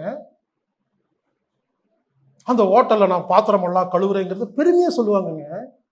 எனக்கு ரொம்ப பிடிச்சிருக்குங்க. எதுக்கு அடிக்கடி யூரோப் நாடு, ஜெர்மன், பிரான்ஸ்ன்னு சொல்றேன்னா, அங்க நான் போய் பார்க்கும்போது ஆச்சரியப்பட்டேங்க. தொழிலை வைத்து யாரையுமே தரக்குறைவா நினைக்கிறதே இல்லை. ஒரே ஊருங்க அது. இந்த பொண்ணு மாப்பிள்ளை தேடுற இந்த மேட்ரிமோனியல் இருக்கு இல்லைங்களா, அதுல கூட ஒரு டாக்டர் மாப்பிள்ளைக்கு ஒரு சர்வர் அப்ளை பண்ணலாங்க. உங்க ப்ரொஃபைல் பார்த்தேன், உடனே டாக்டர் உடனே சர்வர்கிட்ட பேசுவாங்க. யா வெரி குட், கல்யாணம் பண்ணிக்குவாங்க. ஆமாங்க, இங்க அது கிடையாதுங்க. நீங்க பிடிச்சு கல்யாணம் பண்ணாலும் வர்ற அத்தனை பேருமே சர்வரா, வேற யாரும் கிடைக்கலையா, உனக்கு என்ன இப்போ, இது வீட்டை அடி வாங்கிட்டு வந்திருக்கோம். முதல்ல நாமளே தொழிலுக்கு மரியாதை கொடுக்கறது இல்லை. நம்ம வீட்டில் பேசும்போது பாருங்க எப்படி பேசுறோம். என்னம்மா இன்னைக்கு என்ன நீயே பாத்திரம் கழுவிட்டு இருக்க, வேலைக்காரி வரல. அந்த அம்மாவுக்கு 60 வயசு இருக்கும், இந்த ஓனருக்கு 35 வயசு இருக்கும். வேலைக்கார அம்மான்னு சொல்றதுக்கு உங்களுக்கு வரவில்லையோ, மரியாதை தெரியவில்லை, அவ்வளோ கேவலம். அந்த அம்மா வரலன்னு சொன்னா நீங்க குட், பாராட்டு. அவ வரல, உங்களை நாங்க மதிக்க மாட்டாங்க. புரிஞ்சுக்க, ஓஹோ இதுக்கெல்லாம் மரியாதை இல்லை, நான் மைண்ட் நினைச்சுக்குவேன், உங்ககிட்ட சொல்ல மாட்டேன். ஆட்டோக்காரன் வந்துட்டானா பாரு, சின்ன குழந்தைகிட்ட அது ஓடி போய் அவன் இன்னும் வரல. உங்க குழந்தைய பாதுகாப்பா கூட்டிட்டு போற ஆட்டோக்கார அண்ணன் சொல்ல தெரியும், துப்பு இல்லையா? அதுக்கு புரியவில்லையா? இன்னும் உங்களுக்கே புரியவில்லை என்றால் உங்கள் குழந்தைகளுக்கு எப்படி புரியும்? இந்த ஊருக்கு எப்பொழுது புரியும்? வேலைக்காரி, ஆட்டோக்காரன், கீரைக்காரன், மளிகை கடையில் 15 வருஷமா அக்கௌண்ட்ல பணம் வாங்கிட்டு இருப்பீங்க. அவன் இருக்கானா பாரு, மளிகை கடைக்காரன் திறந்துருக்கானா பாரு. அவருக்கு ஒரு மரியாதை வேண்டாம்? இங்க நம்ம ஊர்ல தாங்க இல்ல. எனவே புரிந்து கொள்ளுங்கள், நீங்கள் வேலைக்கு போறீங்களா, பிசினஸ் பண்றீங்களா, தனித்திறமையா, அதெல்லாம் முக்கியம் இல்லைங்க. நீங்க மரியாதையா வாழ்றீங்களா, நீங்க உங்களுக்குள்ள கான்பிடென்ட் இருந்தா போதுங்கிறாங்க. பல பேர் வேலை செய்யறது எதுக்குன்னா 4 பேர் முன்னால அது சொல்லணும். பல பேருங்க இந்த சென்னை சில்க்ஸ்ல வேலைக்கு போறது எதுக்குன்னா பொண்ணு பாக்குறதுக்கு தான். சென்னை சில்க்ஸ்ல வேலை செய்யறாரு, உன்னை பொண்ணு கொடுத்துருவாங்க. அவர் ஒரு கடை வச்சிருப்பாருங்க, பெட்டி கடை வச்சிருப்பாருங்க, மாசம் 1 லட்சம் ரூபாய் சம்பாதிப்பாருங்க. பொண்ணு கேட்டால் தரமாட்டாங்க. உடனே என்ன பண்ணுவாரு, கடையில் தம்பி உட்கார வச்சுக்கிட்டு சென்னை சில்க்ஸ்ல வேலைக்கு போயிடுவார். மாசம் 7,000 ரூபாய் சம்பளம். நின்றுட்டே இருக்கணும். நின்று காலெல்லாம் வெறிக்கோய் வாங்கி வந்துடும். உட்காரக்கு சேரே இருக்காது. எந்த துணி கடையிலையும் உட்கார்றதுக்கு சேர் கிடையாது. வன்மையாக கண்டிக்கிறேன். உங்களுக்கு அறிவு இல்லையா? 1000 பேர் வேலை செய்யறாங்க, உட்காரக்கு சேர் கூட போடுறதுக்கு துப்பு இல்லை. உங்க கடையில் நான் ஏன் துணி வாங்கணும்? பாவங்க, அங்க போய் பாருங்க, ஒரே ஆள் இருக்க மாட்டாங்க. 3 மாசம் நிற்பாங்க, கால் வலிக்கும், உட்கார்றதுக்கெல்லாம் டைம் இல்லை. பாத்ரூம்குள்ளதான் போய் உட்காருவாங்க. என் நண்பர் ஒருத்தர் துணி கடைக்கு போய் பாத்ரூம் போயிருக்காரு. பாத்ரூம் திறந்து பார்க்குறாரு, உள்ள 7 பேர் உட்காந்துருக்காங்க. ஒன்று வெளியே வந்துட்டு போங்க போங்க சார் அப்படின்னு. என்னடா இங்க வந்து உட்காந்துருக்குன்னு கேட்டா, இங்கே தாங்க சிசிடிவி கேமரா இல்லை, உட்காந்துக்கலாம்னு சொல்லியிருக்காங்க. அப்போ அந்த துணி கடைக்கு வேலைக்கு போறதுக்குன்னா 7,000 ரூபாய் வேலை கேட்டா பொண்ணு கொடுத்துருவாங்க. பொண்ணு வாங்கி கல்யாணம் பண்ண அடுத்த டிசைன் பண்ணிட்டு மறுபடியும் வந்து பொட்டிகளில் உட்காந்துருவாரு. யாருக்குமே புரியலங்கிறங்க. அப்போ என்ன சொல்ல வரேன்னா, நீங்க வேலைக்கு போறீங்களா? அதாங்க, நான் சிவில் இன்ஜினியருங்க, நான் பிஇ சிவில்ங்க, நான் எல்லா வேலையும் செஞ்சிருக்கேங்கிறேங்க. நான் பிஇ சிவில் படிச்சுட்டு ரோடா போய் எது எடுத்தாலும் 10 ரூபான்னு கடை போட்டிருக்கேங்க. தொண்டாமுத்தூர் சந்தை, பொள்ளாச்சி சந்தையில எல்லாம் கொண்டு போய் நான் கடை போட்டிருக்கிறேங்க. ஸ்டிக்கர் பிரிண்டிங் பண்ண, ஸ்கிரீன் பிரிண்டிங் எனக்கு தெரியும், எங்க சித்தப்பா சொல்லி கொடுத்தாரு. அதை செஞ்சு ஸ்டிக்கர் பிசினஸ் பண்ணியிருக்கிறேங்க. ப்ரொஃபஷனல் கொரியர்ல போய் ஈவினிங் புக்கிங் போயிருக்கிறேங்க. 140 வீட்டுக்கு நான் பேப்பர் போட்டிருக்கேங்க. பேப்பர் கலெக்ஷன் பார்த்துருக்கேங்க. நான் செய்யாத வேலையே இல்லைங்கிறேங்க. எனக்கு அந்த வாழ்க்கையில அந்த நிமிடத்துல எந்த மாதிரி அமைப்பு இருக்குதோ அதுக்கு தகுந்த மாதிரி செலக்ட் பண்ணுவேன். நான் காலேஜுக்கு போகணும், அப்போ இந்த பகல் நேரத்தில் ஒர்க் பண்ண முடியாதுன்னா காலையில் பேப்பர் ஏன் போடுறேன்னா அந்த டைமில் பேப்பர் போட்டு நான் காலேஜுக்கு போகலாம். ஈவினிங் இந்த மாதிரி செலக்ட் பண்ணி, அதுக்காக நான் வெக்கப்பட்டதில்லை, வேதனைப்பட்டதில்லைங்கிறேங்க. ஆமாம், நான் பேப்பர் போடுறேன், உனக்கு என்னன்னு தான் கேட்பேன். யாராவது என்கிட்ட வந்து ஏன் தம்பி பேப்பர் போடுறேன்னு கேட்டால், நான் அப்போ வந்து 250 ரூபா, 140 வீட்டுக்கு ஒரு மாதத்துக்கு பேப்பர் போடுறதுக்கு 250 ரூபாங்க. திருப்பி என்ன தெரியுமா கேட்பேன், மாதம் 250 ரூபா கொடுக்க நான் பேப்பர் போட மாட்டேன். சொல்வதற்கு ஆள் இருப்பாங்க, யாரும் கொடுக்க மாட்டாங்க. நாம தெளிவாக இருக்க வேண்டும். அப்போ புரிஞ்சுக்கங்க, 4 விதமான கேட்டகரி இருக்கு. லேபர்னா மறுபடியும் சொல்றேன், லேபர்னா உடனே லேபர்னு அதுக்கு தான் இவ்வளவு நேரம் பேசிட்டு இருந்தேன்.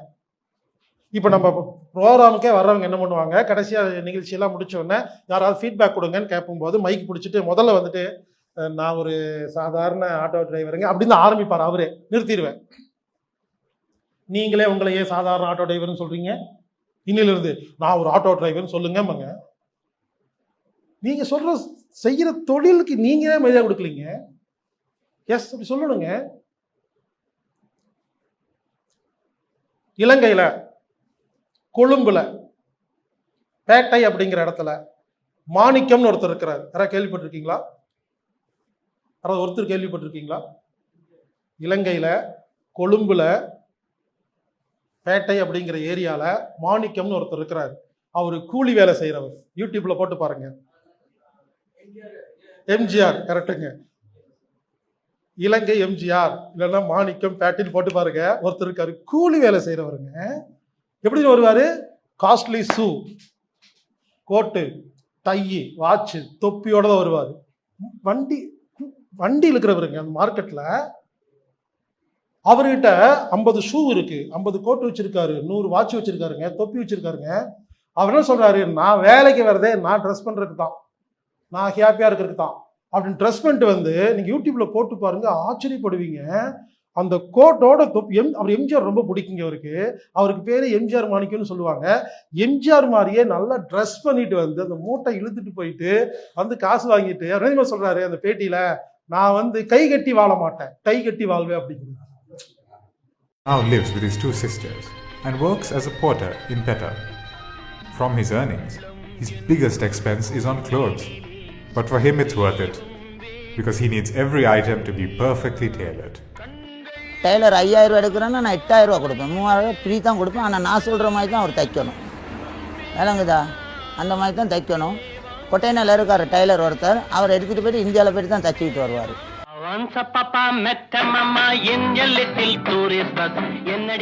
His shoes as well are an essential part of his outfit. Price is no object. If he sees a pair that fits the style he is looking for, he will spend anything to get them. நான் யாருக்கும் அடிமையாக வாழ விருப்பம் இல்லை, அடிமகனாக இருக்கிறதுக்கும் விருப்பம் இல்லை. ஆனால் நான் கை கட்டி வேலை செஞ்சு பழக்கம் இல்லை, டை கட்டி வேலை செஞ்சு தான் பழக்கம். உழைச்சி வாழ்கிறதுக்கு வெக்கப்பட தேவையில்லை, களவெடுக்கவும் பொய் சொல்ல தான் வெக்கப்படணும். தலைவர் சொல்லியிருக்காரு, சிரித்து வாழ வேணும் பிறர் சிரிக்க வாழ்ந்திடாது, உழைத்து வாழ வேணும் பிறர் உழைப்பில் வாழ்ந்திடாதுன்னு. அதே மாதிரி தான் நான் வாழ்ந்துக்கிட்டேன். சூட்டுக்கும் உழைப்புக்கும் இதே இல்லை. சூட்டுன்றது வாங்கிக்கலாம், உழைப்புன்றது வாங்க கஷ்டம். நாங்கள் உழைச்சா தான் எங்களோட வாழ்க்கையை ஓட்டணும்.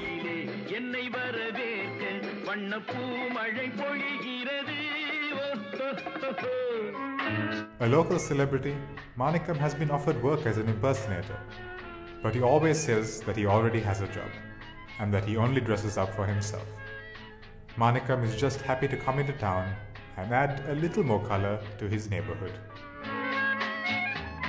And job வந்து no brake, no petrol, no diesel, no motor. My control brake, my life job, good life, very happy, no problem. அப்படி தான் வாழ்ந்துக்கிட்டு இருக்கேன்.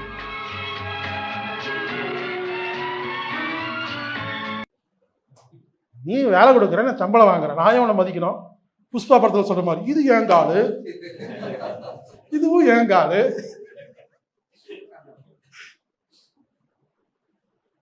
அதெல்லாம் உதாரணங்க. அப்புறமா அந்த வீடியோ பிளே பண்ண சொல்றேங்க, அவரோட வீடியோ எல்லாரும் பாருங்க. இதெல்லாம் அருமையான உதாரணங்க. அவருக்கு நான் சொல்ல, அவரு எனக்காக நான் வாழ்றேன், நான் சம்பாதிக்கிறேன், நான் ட்ரெஸ் எடுக்கிறேன், உனக்கு என்னன்னு கேட்கிறாருங்க. இப்படிதான் வருவேங்கிறாருங்க. ரொம்ப பிடிச்சிருக்குங்க. பாருங்க, அவருக்கு முன்னால 5 லட்சம் சம்பளம் வாங்கிட்டு மேனேஜர் டேஷ் டேஷ்னு திட்டும் பொழுது அப்படியே நின்றுட்டு வரமே, நம்ம எங்க அவர் எங்க. இப்ப ரீசெண்டா இருக்கிற எல்லா மேனேஜர்களும் கெட்ட வார்த்தை பேசுறதா வேற. இல்லை, நானும் நிறைய கம்பெனியில் ஒர்க் பண்ணியிருக்கிறேங்க. அப்போல்லாம் மீட்டிங்கில் கெட்ட வார்த்தை பேசுவேன், அடுத்த நிமிஷம் எந்திரிச்சிருவேங்க. எந்திரிச்சிட்டு சாரி, இதான் கடைசி மரியாதை, இன்னொரு முறை பேசுனா அப்பிடுவேன் சொல்லிட்டு அங்கேயே உட்காந்துருப்பேங்க. ரிசைன்லாம் பண்ண மாட்டாங்க. இன்னொரு முறை பேசுனா இதே இடத்துல மூஞ்சி பேந்துருன்றேன் சொல்லிட்டு உட்காந்து டார்ச்சர் கொடுத்துட்டு வருவேன். நாங்கள் வேலைக்கு வந்திருக்கோம், பேசு, இந்த வார்த்தை பேசணும்னு அவசியம் எல்லாம் கிடையாது அப்படின்னு. மேனேஜர் அப்படிதான் பேசுவேன்னு சொன்னா அடுத்த நிமிஷம் ஓகே, இப்ப ரிசைன் பண்ற, வாசல்ல காத்திருக்கிற, வா அங்க ஒன்று அடிக்கிறாங்க. புரியலைங்க, எனக்கு புரியலைங்க. நம்ம எதை விட்டு கொடுத்து எதை வாங்குறோங்க. அப்போ இது என்ன பண்ணிட்டாங்கன்னு கேட்டீங்கன்னா, எல்லாருமே ஒரே விஷயத்த செஞ்சுட்டு வேற வழி இல்லை, நீ செஞ்சதும் ஆகணும்னு கொண்டு வந்துட்டாங்கிறாங்க. இந்த கான்செப்ட் எப்படி உருவாச்சுன்னு சொல்றாங்க. ரயில்வே ஸ்டேஷன் முன்னால முதல்ல எல்லாம் ஆகும், ஒரு 5 ஆட்டோ நிற்கும் லைனா. ஆட்டோ டிரைவர்லாம் ஆட்டோவில் இருக்க மாட்டாங்க, அந்த பக்கம் உட்காந்துருப்பாங்க. நம்ம போயிட்டு நிற்போம், யாரும் வரமாட்டாங்க. அண்ணே ஆட்டோ அப்படிம்பா, தூரமா என்ன அப்படிம்பாரு. உக்கடனே உக்கடமா 250 ரூபா அப்படின்னு உட்காந்துருப்பாங்க. இது ஒரு காலம். இப்படி 10 ஆட்டோ டிரைவர்ல ஒரே ஒருத்தர் மட்டும் என்ன பண்ணிட்டாரு, ஆட்டோல உட்கார ஆரம்பிச்சாரு. அப்ப அவருக்கு மட்டும் சவாரி கிடைக்க ஆரம்பிச்சிருச்சு. உடனே எல்லாம் என்னன்னாங்க, நம்ம உட்காந்துருந்தா கிடைக்காதுன்னு அந்த ஆட்டோல உட்கார ஆரம்பிச்சாங்க. ஒரே ஒருத்தர் மட்டும் எல்லா ஆட்டோக்கு முன்னால போய் நின்றுட்டு எங்கன்னே போறீங்கன்னு கேட்க ஆரம்பிச்சிட்டாரு. அவருக்கு மட்டும் சவாரி கிடைச்சிட்டே இருந்துச்சு. உடனே எல்லாரும் என்ன பண்ணிட்டாங்க, ஆட்டோ முன்னால எங்கன்னு கேட்க ஆரம்பிச்சாங்க. ஒருத்தர் மட்டும் ரயில்வே ஸ்டேஷன் முன்னால போய் நிற்க ஆரம்பிச்சிட்டாரு. அப்புறம் உள்ள வர ஆரம்பிச்சிட்டாரு. அப்புறம் ட்ரெயின்குள்ளேயே எங்கன்னே போகணும்னு கேட்க ஆரம்பிச்சிட்டாரு. இப்போ ரயில்வே ஸ்டேஷன்ல நீங்க ட்ரெயின்ல இருந்து இறங்கும் பொழுது ஆட்டோ டிரைவர்லாம் உள்ளே வந்துருவாங்க. எங்க போன வாங்க அப்படியே கூட்டிட்டு போய் உட்கார வைக்கிறாங்க. அப்போ இது எப்படி நடக்குதுன்னு கேட்டீங்கன்னா, ஒருத்தர் அப்படி செய்ய மற்றவங்களுக்கு வியாபாரம் போக போக வேற வழி இல்லாமல் நாம் அதை செஞ்சாதான் பொழைக்க முடியும்னு கொண்டு வந்துட்டாங்க. இப்படிதான் ஊர்ல எல்லாமே மாறிட்டு இருக்குதுங்க. வேற வழி இல்லை. எல்லாரும் சொல்றது வேற வழி இல்லைங்க, நாமளும் அப்படி பண்ணனாதான் பொழைக்க முடியும் அப்படிங்கிற கான்செப்ட் உருவாகுது. அந்த கான்செப்டை உடைக்கிறது தான் நமது வேலைங்கிறாங்க. இவருங்க இந்த வகுப்பு சம்பாதிக்கிறதுக்கான வகுப்பு கிடையாதுங்கிறாங்க. அதுக்கு எத்தனையோ பேர் நடத்திட்டு இருக்காங்க. இது அதான் பேரை மாத்தி சொன்ன தர்ம வாழ்வாதார வித்தை. அப்போ முதல்ல நீங்க என்ன செய்யணும், நீங்க வேலைக்கு வேலை செய்யற மைண்டா, முதலாளி மைண்டா, தனித்திறமையை வச்சு முன்னேற மைண்டா, இல்ல இதையும் மீறி ஸ்மார்ட்டா ஒர்க் பண்ற மைண்டான்னு நீங்க உங்களை செல்ஃப் அனலைஸ் பண்ணணும். செஞ்சுட்டு அதை எப்படி கண்டுபிடிக்கிறதுன்னு சொல்றேங்க. நீங்க ஒரு 10 பிசினஸ் பண்ணி எல்லாமே லாஸ் ஆகுது, ஒழுங்கா நீங்க லேபருங்க. மறுபடியும் சொல்றேங்க, லேபருங்கிற கூச்சப்படாதீங்கிறாங்க. புரியுறதுக்காக பேசிட்டு இருக்கேன். அப்ப நீங்க என்ன செய்யணும்னா, ஒரு இடத்துல போய் வேலை செஞ்சு ப்ரொமோஷன் வாங்கி ஜிஎம் அப்படி போயிடுறேங்கிறங்க. லேபர்னா உங்களுக்கு சும்மா கடப்பாடத்து வேலை செய்ய சொல்ல. சில பேர் கரெக்டாக பண்ணுவாங்க, நீங்கள் நோட் பண்ணி பார்த்துக்கலாம், இனிமேல் செக் பண்ணி பாருங்க. ஒரு சில பேர் என்ன பண்ணுவாங்க, நேராக போய் ஒரு ஆஃபீஸில் சின்னதாக ஒரு வேலைக்கு சேருவாங்க. அடுத்த வருஷம் போய் பாருங்க ஒரு ஸ்டெப் மேலே இருப்பாங்க. 5 வருஷம் போய் பாருங்க அந்த ஆஃபீஸோட மேனேஜராக இருப்பாங்க. அப்புறம் பார்த்தா ஏரியா மேனேஜர், அப்போ தான் ஜிஎம் ஆகிட்டு போயிட்டே இருப்பாங்கங்க. இவங்க எக்காரணம் கொண்டு என்னைக்குமே பிஸ்னஸ் பண்ணவே மாட்டாங்க. அப்போ அங்கே உட்காந்துட்டு எப்படியெல்லாம் நமக்கு இன்க்ரிமெண்ட் கிடைக்கும், இந்த கம்பெனி விட்டு வேற கம்பெனிக்கு போனா இன்னொரு 5 லட்சம் எக்ஸ்ட்ரா கிடைக்குமா, எப்படி பிஎஃப் அமௌண்ட்டை வாங்குறது, எப்படி டிராவல் அலவன்ஸ், இது முழுசா அதுவே யோசிச்சுட்டு இருப்பாங்க. எங்க இன்வெஸ்ட் பண்றது, எங்க வீடு வாங்குறது, ஆனா எங்கேயுமே பிசினஸே பண்ண மாட்டாங்க. அப்போ முதல்ல நம்ம என்ன செய்யணும், நம்ம எதுக்கு தகுதியானவர் நம்ம பார்க்கணுங்க. இது தப்பு இல்லைங்கிறங்க. நீங்க எப்பெல்லாம் வேலைக்கு போறீங்களோ 3 மாசத்துக்கு அப்புறம் அங்க வேலைக்கு இருக்க முடியல. ஏன்னா அங்க நடக்கிறதெல்லாம் உங்களுக்கு தப்பா தெரியுது. ஐடியா வருது, இது இப்படி பண்ணிருக்கலாம், இது அப்படி பண்ணிருக்கலாம், இது இன்னும் இப்படி பண்ண அப்படின்னு தோணுதுனாவே நீங்க வேலை செய்யறதுக்கு தகுதி இல்லை. நீங்க முதலாளி ஆக வேண்டியவங்க. நீங்க என்ன பண்றீங்க, குறை சொல்லிட்டு 15 வருஷம் வேலை செஞ்சுட்டு இருக்கீங்க. அது சரியில்லை. அப்ப நீங்க சொந்தமா ஆரம்பிங்க. சில பேருக்கு எல்லாமே தனக்கு பிடிச்ச மாதிரி இருக்கும்னு ஆசையா இருக்கு. அப்ப நீங்க முதலாளி ஆயிருங்க. அப்பதான் இந்த டேபிள் தூக்கி அங்க வை, நீ வேலை ரிசீவ் பண்ணி சொல்லாமா இல்லையா? சில பேருக்கு அது பிடிக்குங்க. அப்போ நீங்க முதலாளி ஆவதற்கு தகுதியானவர். அப்ப என்ன கண்டுபிடிக்கணும், நாம வேலைக்கு போறதுக்கு தகுதியா முதலாளிக்கு தகுதியான்னு நம்மளுக்கே செல்ஃப் அனலைஸ் பண்ணணும். வேலைக்கு போறது தகுதினா, உங்க ஃப்ரெண்டு ஒருத்தர் பிசினஸ் பண்ணி, இது என்ன தெரியுங்களா, ஈகோ. அவன் பிசினஸ் பண்றான், நானும் பண்ணுவேன், நீ தோத்துருவேங்கிற.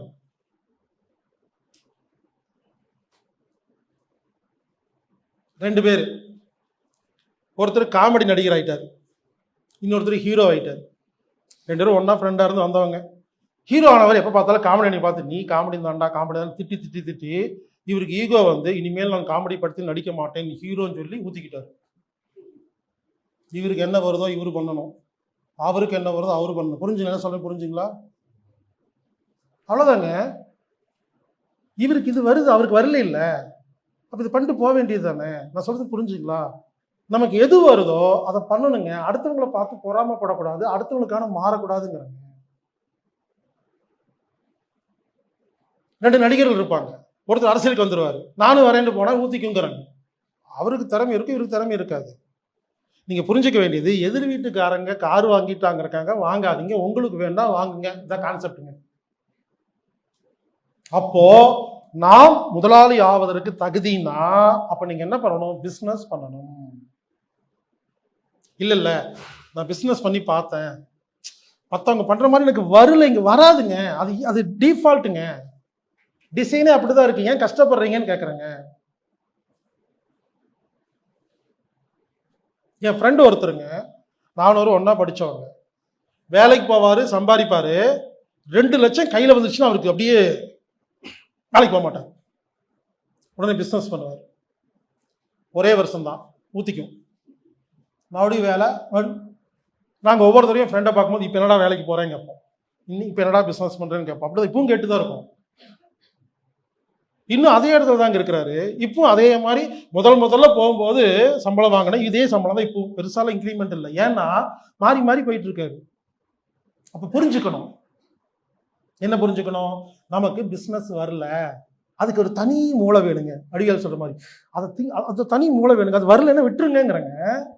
அப்போ நீங்கள் என்ன பண்ணணும், நீங்கள் ஒரு இடத்துல வேலைக்கு போய் அந்த ரெடி பண்ணி அதே வேலையில் பெரிய பெரிய கம்பெனிக்கு போகலாம். அப்படி இம்ப்ரூவ்மெண்ட் பண்ணுறதுக்கு மட்டும் வாழ்நாள் ஃபுல்லாக யோசிங்கிற. இந்த வருஷம் 10,000 ரூபாய்க்கு வேலைக்கு போனால் அடுத்த வருஷம் 20,000 வேலைக்கு போகணுங்க. அடுத்த வருஷம் 5 லட்சத்துக்கு போகணுங்க. அதிகமாயிட்டே போகணும். அப்போ வேலையில் நீங்கள் சம்பளத்தை அதிகம் பண்ணுற வேலையை பார்க்கலாம், இல்லை பிஸ்னஸ் ஆரம்பித்து டெவலப் ஆகலாம். ரெண்டாச்சுங்களா? மூணாவது, உங்களுக்கு ஒரு வேலை, ஒரு தனி திறமை இருக்குன்னு வச்சுக்கோங்களேன். பாம்பு பிடிக்க தெரியும்னா அதை வச்சு சம்பாதிக்கலாங்க. அப்போ விளம்பரம் பண்ணுங்க. எங்காவது பாம்பு இருந்தால் என்னை கூப்பிடுங்கள், நான் வருகிறேன், 1000 ரூபா கொடுங்கன்னு சொல்லுங்க, போயிட்டு வாங்க. இல்லை ஒரு கிளாஸ் எடுங்க, எல்லா ஸ்கூல்லையும் போய் பாம்பை பற்றி நான் கிளாஸ் எடுக்கிறேன்னு சொல்லி கிளாஸ் எடுக்கலாங்க. ஏதாவது ஒன்று புரிஞ்சுங்களா? அந்த பாம்பு சம்பந்தமா ஒரு பிஸ்னஸாக மாற்றிக்கலாங்கிறாங்க. புரிஞ்சுக்குங்க. தனித்திறமை. நீங்கள் ஒரு பாடகராக இருக்கலாம், ஒரு மியூசிக்காக இருக்கலாம், ஒரு தபையில வாசிக்கலாம், இல்லை கீபேர்டு வாசிக்கலாம். ஏதாவது ஒன்று இருக்குல்ல, உங்களுக்கு தனித்திறமைன்னு ஒன்று இருக்கு இல்லைங்களா? தனித்திறமையை வைத்து சம்பாதிப்பது. வேலைக்கு போகிறது, பிஸ்னஸ் பண்ணுறது, தனித்திறமையை வச்சு சம்பாதிக்கிறது, இது மூணுமே இல்லாமல் ஸ்மார்ட்டாக யோசிக்கிறது. இந்த ஸ்மார்ட்டாக யோசிக்கிறது எப்படின்னு நான் சொல்லித்தர மாட்டேன், அது உங்களுக்கு இருந்தால் அது ஆட்டோமேட்டிக் வரும். அந்த மாதிரி சில பேர் இருக்காங்கன்னு சொல்கிறேங்க. எதுவுமே பண்ண மாட்டாங்க, சந்தோஷமாக தான் இருப்பாங்க, மெனக்கடலாம் மாட்டாங்க. எப்போ எங்கிட்ட யாராவது ஒரு கேள்வி கேட்குறீங்க, சார் என்ன பிஸ்னஸ் செஞ்சால் நிறையா சம்பாதிக்கலாம்? மீண்டும் சொல்கிறேன், எங்கிட்ட இது வரைக்கும் எல்லாரும் 1000 பேர் கேட்டிருக்காங்க. என்ன தெரியுமா கேட்டிருக்காங்க? எனக்கு மெயில் வரும்போது அப்படி தான் வரும், சார் எந்த பிஸ்னஸ் செஞ்சால் நல்லா சம்பாதிக்கலாம்? இந்த கேள்வியை யார் கேட்கிறீர்களோ நீங்கள் இதற்கு சரிப்பட மாட்டீர்கள். புரிஞ்சுக்குங்க, இந்த வார்த்தையை நல்லா புரிஞ்சுக்குங்க. எந்த பிஸ்னஸ் பண்ணா நல்லா சம்பாதிக்கலாம்னு கேட்டாவே உங்களுக்கு பிஸ்னஸ் தெரியாது என்று அர்த்தம். நீங்க எது பண்ணாலும் உருப்படாது என்று அர்த்தம். தப்பா எடுத்துக்காதீங்க. அதாவது என்ன சொல்ல வரேன்னு புரிஞ்சுக்குங்க. பிஸ்னஸ் தெரிஞ்சா நீங்க எது செஞ்சாலும் சக்சஸ். இதை புரிஞ்சுக்கங்க. வியாபாரம் செய்யறதுங்கிறது ஒரு ஜென்ரலான ஒரு திறமை. இந்த திறமை உங்ககிட்ட இருந்தா நீங்க எதை வேணா பிசினஸ் பண்ணலாங்க. வேற மாதிரி சொல்றேன், வியாபாரம் செய்வது எப்படிங்கிற அந்த மெத்தட் உங்களுக்கு தெரிஞ்சு போச்சுன்னா அண்டார்டிகாவில் ஐஸ்கிரீம் வித்து சம்பாதிக்கலாம். வியாபாரம் செய்வது எப்படி என்று உங்களுக்கு தெரியவில்லை என்றால் கோயில் முன்பு தேங்காய் வித்து லாஸ் ஆகி விடுகிறது. இஸ்ரேல் நாட்டில் யூதர்கள் அவங்கெல்லாம் ஏன் தெரியுமா பயங்கரமா பிசினஸ் பண்றாங்க? இஸ்ரேல் நாட்டில் உள்ள எல்லா கல்லூரிகளிலும் ப்ராஜெக்ட் என்ன தெரியுமா? இஸ்ரேல் நாட்டை பத்தி எந்த ஒரு இன்ஃபர்மேஷனும் வெளியே வராது. இஸ்ரேல் நாட்டுக்கு நீங்க போயிட்டு வந்தா பாஸ்போர்ட்ல இஸ்ரேல் இருந்தாவே நீங்க சவுதி அரேபியா, குவைத், கத்தாருக்கெல்லாம் போகவே முடியாது அதுக்கப்புறம் வாழ்க்கையில. இந்த விஷயம் தெரியுங்களா? ஸோ இந்த மாதிரி நிறைய விஷயம் இருக்குதுங்க. இஸ்ரேல் நாட்டில் காலேஜில் என்ன தெரியுமா ப்ராஜெக்ட்? நம்மளாம் என்ன ப்ராஜெக்ட் பண்ணுவோம்?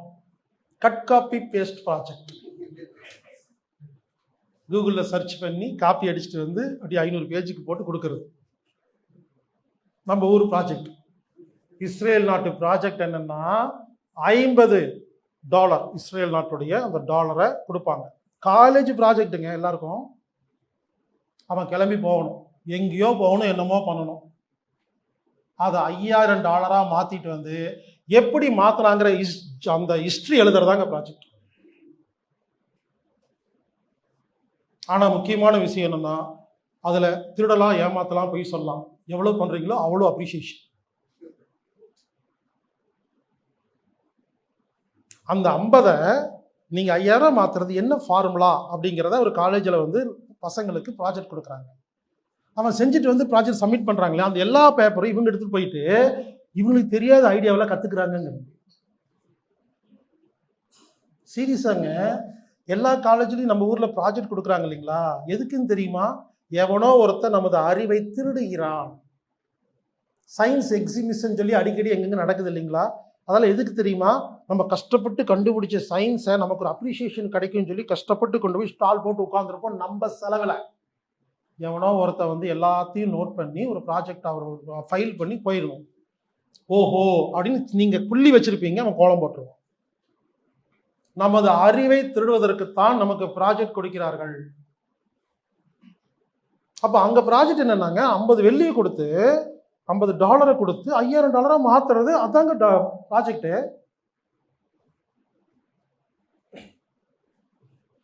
ஸ்காட்லாந்து கேள்விப்பட்டிருப்பீங்க.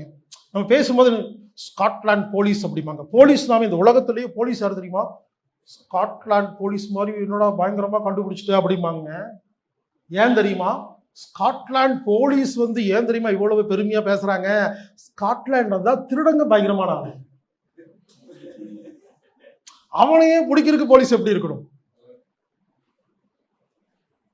நீங்க ஸ்காட்லாந்துல போய் அங்க சிட்டிசனா வேண்டாம், போய் 2 வருஷம் இருந்துட்டு வாங்க, எல்லா பிக்காளித்தனமும் எல்லா பிராடுத்தனமும் உங்களுக்கு தெரிஞ்சு. ஸ்காட்லாந்து இருக்கிற ஒருத்தர், அங்கேயே பிறந்து வளர்ந்த ஒருத்தர், நீங்க நடு ரோட்ல கொண்டு டெல்லியில விட்டீங்கன்னு வச்சுங்களேன், கையில் 5 காசு இல்லாம, போற காரை எக்ஸ்கியூஸ் மீன்னு காரை உள்ள உட்காந்து அவங்க வீட்டில் போய் சாப்பிட்டு 50,000 வாங்கிட்டு கிளம்பிடுவாருங்க. அதான் ஸ்மார்ட் அப்படின்னு. இதுல ஏமாத்துற ஸ்மார்ட். ஸ்மார்ட்ல 2 இருக்குங்க. நல்லபடியாகவும் ஸ்மார்ட் ஒர்க் பண்ணலாம், கெட்டபடியாகவும் ஸ்மார்ட் ஒர்க் பண்ணலாம். ஒரு பெரிய கோடீஸ்வரன் ஃபேமிலியில் வீட்டோட மாப்பிள்ளையா கேட்டா, ஏங்க போகக்கூடாது, எனக்கெல்லாம் அந்த சான்ஸ் கிடைச்சா நான் சந்தோஷமா போவேங்க. 1 லட்சம் ரூபாய்க்கு மேனேஜர்கிட்ட அசிங்கமா திட்டு வாங்குறீங்கல்ல, அதுக்கு இதுக்கு என்ன பெரிய வித்தியாசம் நினைச்சுக்கணும். இவர் வந்து மாமனார் இல்லை மேனேஜர், ஓகே சார் சாரி, அவ்வளோதான். ஆனா மேனேஜர்கிட்ட மட்டும் திட்டு வாங்கிக்கலாமாமா, பொண்டாட்டிக்கிட்ட திட்டு வாங்கக்கூடாது, மாமனார் திட்டு வாங்கினாங்க நியாயம். அப்படி நினைச்சுக்கிட்டா அது வெக்கமான ரோசம் சுடுசோன்னு இருக்காது. வேலை, வியாபாரம், தனித்திறமை, ஸ்மார்ட் 4 பிரிச்சுக்கலாங்க. ஆனால் எல்லாமே தர்மத்தின்படி இருக்கணும். அடிக்கடி தர்மம் தர்மம் சொல்றேன் இல்லைங்களா, அப்ப முதல்ல தர்மம்னா என்னன்னு பார்த்துருவோம். அதை பார்த்துட்டா அதுக்கப்புறம் தான் இது புரியும்னு வச்சுக்கலேன். இவர் என்ன அடிக்கடி என்னமோ தர்மம் தர்மம் சொல்றாரு அப்படின்னு. உண்மையிலங்க எல்லாருமே தர்மம் தர்மம் சொல்லுவாங்கங்க. ஒருத்தர் கூட எனக்கு தெரிஞ்சுங்க, நானே எனக்கு யாரும் சொல்லிக் கொடுக்கலீங்க, நானாதான் இதை வந்து சில பேர் உருவாக்கியிருக்கேன். யாருமே தர்மத்தை பத்தி இது வரைக்கும் தெளிவா பேசுனதே இல்லைங்க. நாம் ஒரு வியாபாரம் செய்ய வேண்டும் என்றால் 5 விஷயம் தெரிந்திருக்க வேண்டும். 1, டெக்னிக்கலா தெரிஞ்சிருக்கணும். டெக்னிக்கல்னா என்ன? அந்த வியாபாரம் சம்பந்தப்பட்ட நுணுக்கங்கள் தெரிஞ்சிருக்கணும். 1. 2, மார்க்கெட்டிங் தெரிஞ்சிருக்கணும், விளம்பரம் பண்ண தெரிஞ்சிருக்கணும். 3, அப்டேட் பண்ணணும். அப்டேட் என்னன்னா இன்னைக்கு இருக்கிற விஷயத்துக்குள்ள வரணும். 3, தர்மம். 4, தர்மம் தெரிஞ்சிருக்கணும். 5, நமது நோக்கம் நல்ல நோக்கமா இருக்கும். 5 விஷயம்தான். டெக்னிக் தெரிஞ்சிருக்கணும், மார்க்கெட்டிங் தெரிஞ்சிருக்கணும், அப்டேஷன் இருக்கணும், தர்மம் தெரிஞ்சிருக்கணும், நோக்கம் நல்ல நோக்கமா இருக்கும். உதாரணத்துக்கு இந்த டெக்னிக் தெரிஞ்சிருக்கணும்னு சொன்னேன் இல்லைங்களா, அதுக்கு சின்ன உதாரணம்லாம் சொல்றேங்க. எங்கள் வீட்டில் ஒரு தடவை ஏசி, ஒரு ஸ்டுடியோவில் வந்து ஏசி ஃபிட் பண்ணுறதுக்காக ஒருத்தர் வர சொல்லியிருந்தேன். ஏசி ஃபிட் பண்ணிட்டாரு. வந்து பார்க்குற ஏசி இப்படி வளைஞ்சிருக்கு. நேராக ஃபிட் பண்ணலைங்க, இப்படி லேசாக வளைஞ்சிருக்கு. நான் உடனே என்னங்க ஏசி இப்படி வளைஞ்சிருக்குங்கிற அடுத்த செகண்டுங்க ஏசி நேராக தாங்க மாட்டிருக்குங்க, ரூஃப் வளைஞ்சிருக்குன்றாருங்க. அதுக்கப்புறம் அவர்கிட்ட பேசவே இல்லைங்க, ஏன்னா பேசி பிரயோஜனமே இல்லை. செஞ்ச தப்புக்கு சாரி சார் அப்படின்னு சொன்னா கூட பரவாயில்லைங்க, நான் நேரத்தாங்க மாட்டிருக்கேன், ரூப் வளைஞ்சிருக்கேன்ட்டாருங்க. நடந்த உண்மை சம்பவங்க. அப்போ டெக்னிக் தெரியல. ஓகேங்களா. நான் எப்படி மறுபடியும் கூப்பிடுவேன்? ஒரு தடவை எங்கள் வீட்டில் கரண்ட் போயிடுச்சு. எலக்ட்ரீஷியனுக்கு ஃபோன் பண்ணேன். வந்தார். வந்துட்டு என்னன்னு கேட்டார். கரண்ட் போயிடுச்சுன்னு. வந்துட்டு டெஸ்டர் இருக்கான்னு கேட்குறாரு என்கிட்ட. சரி கிளம்புங்க. ஒரு டெஸ்டர் கூட எடுக்காம வர எலக்ட்ரீஷியன் தான் நம்ம ஊர் எலக்ட்ரீஷியன். பிளம்பர் வருவார், சுற்றி இருக்கான்னு கேட்பாரு, ஆணி இருக்கான்னு கேட்பாரு.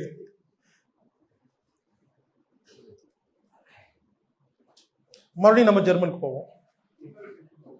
இல்லைங்க, ஏன் அடிக்கடி ஏன் சொல்கிறேன்னாங்க, இப்போ ஜெர்மன் இருக்கிற ஒரு பிளம்பருங்க லேட்டஸ்டாக இருக்கிற எல்லா இன்ஸ்ட்ருமெண்ட்டோட தாங்க வருவார். ஜெர்மன் பிளம்பருக்கும் அந்த ஒரு டாக்டருக்கும் எந்த வித்தியாசம் இல்லைங்க. அவ்வளோ நுணுக்கம் பர்ஃபெக்டாக இருப்பாங்க. ஒரு பெயிண்டர்னா பெயிண்டிங்கில் அவருக்கு எல்லாமே தெரியுங்க. அதாங்க ஜெர்மன் பெயிண்டர்.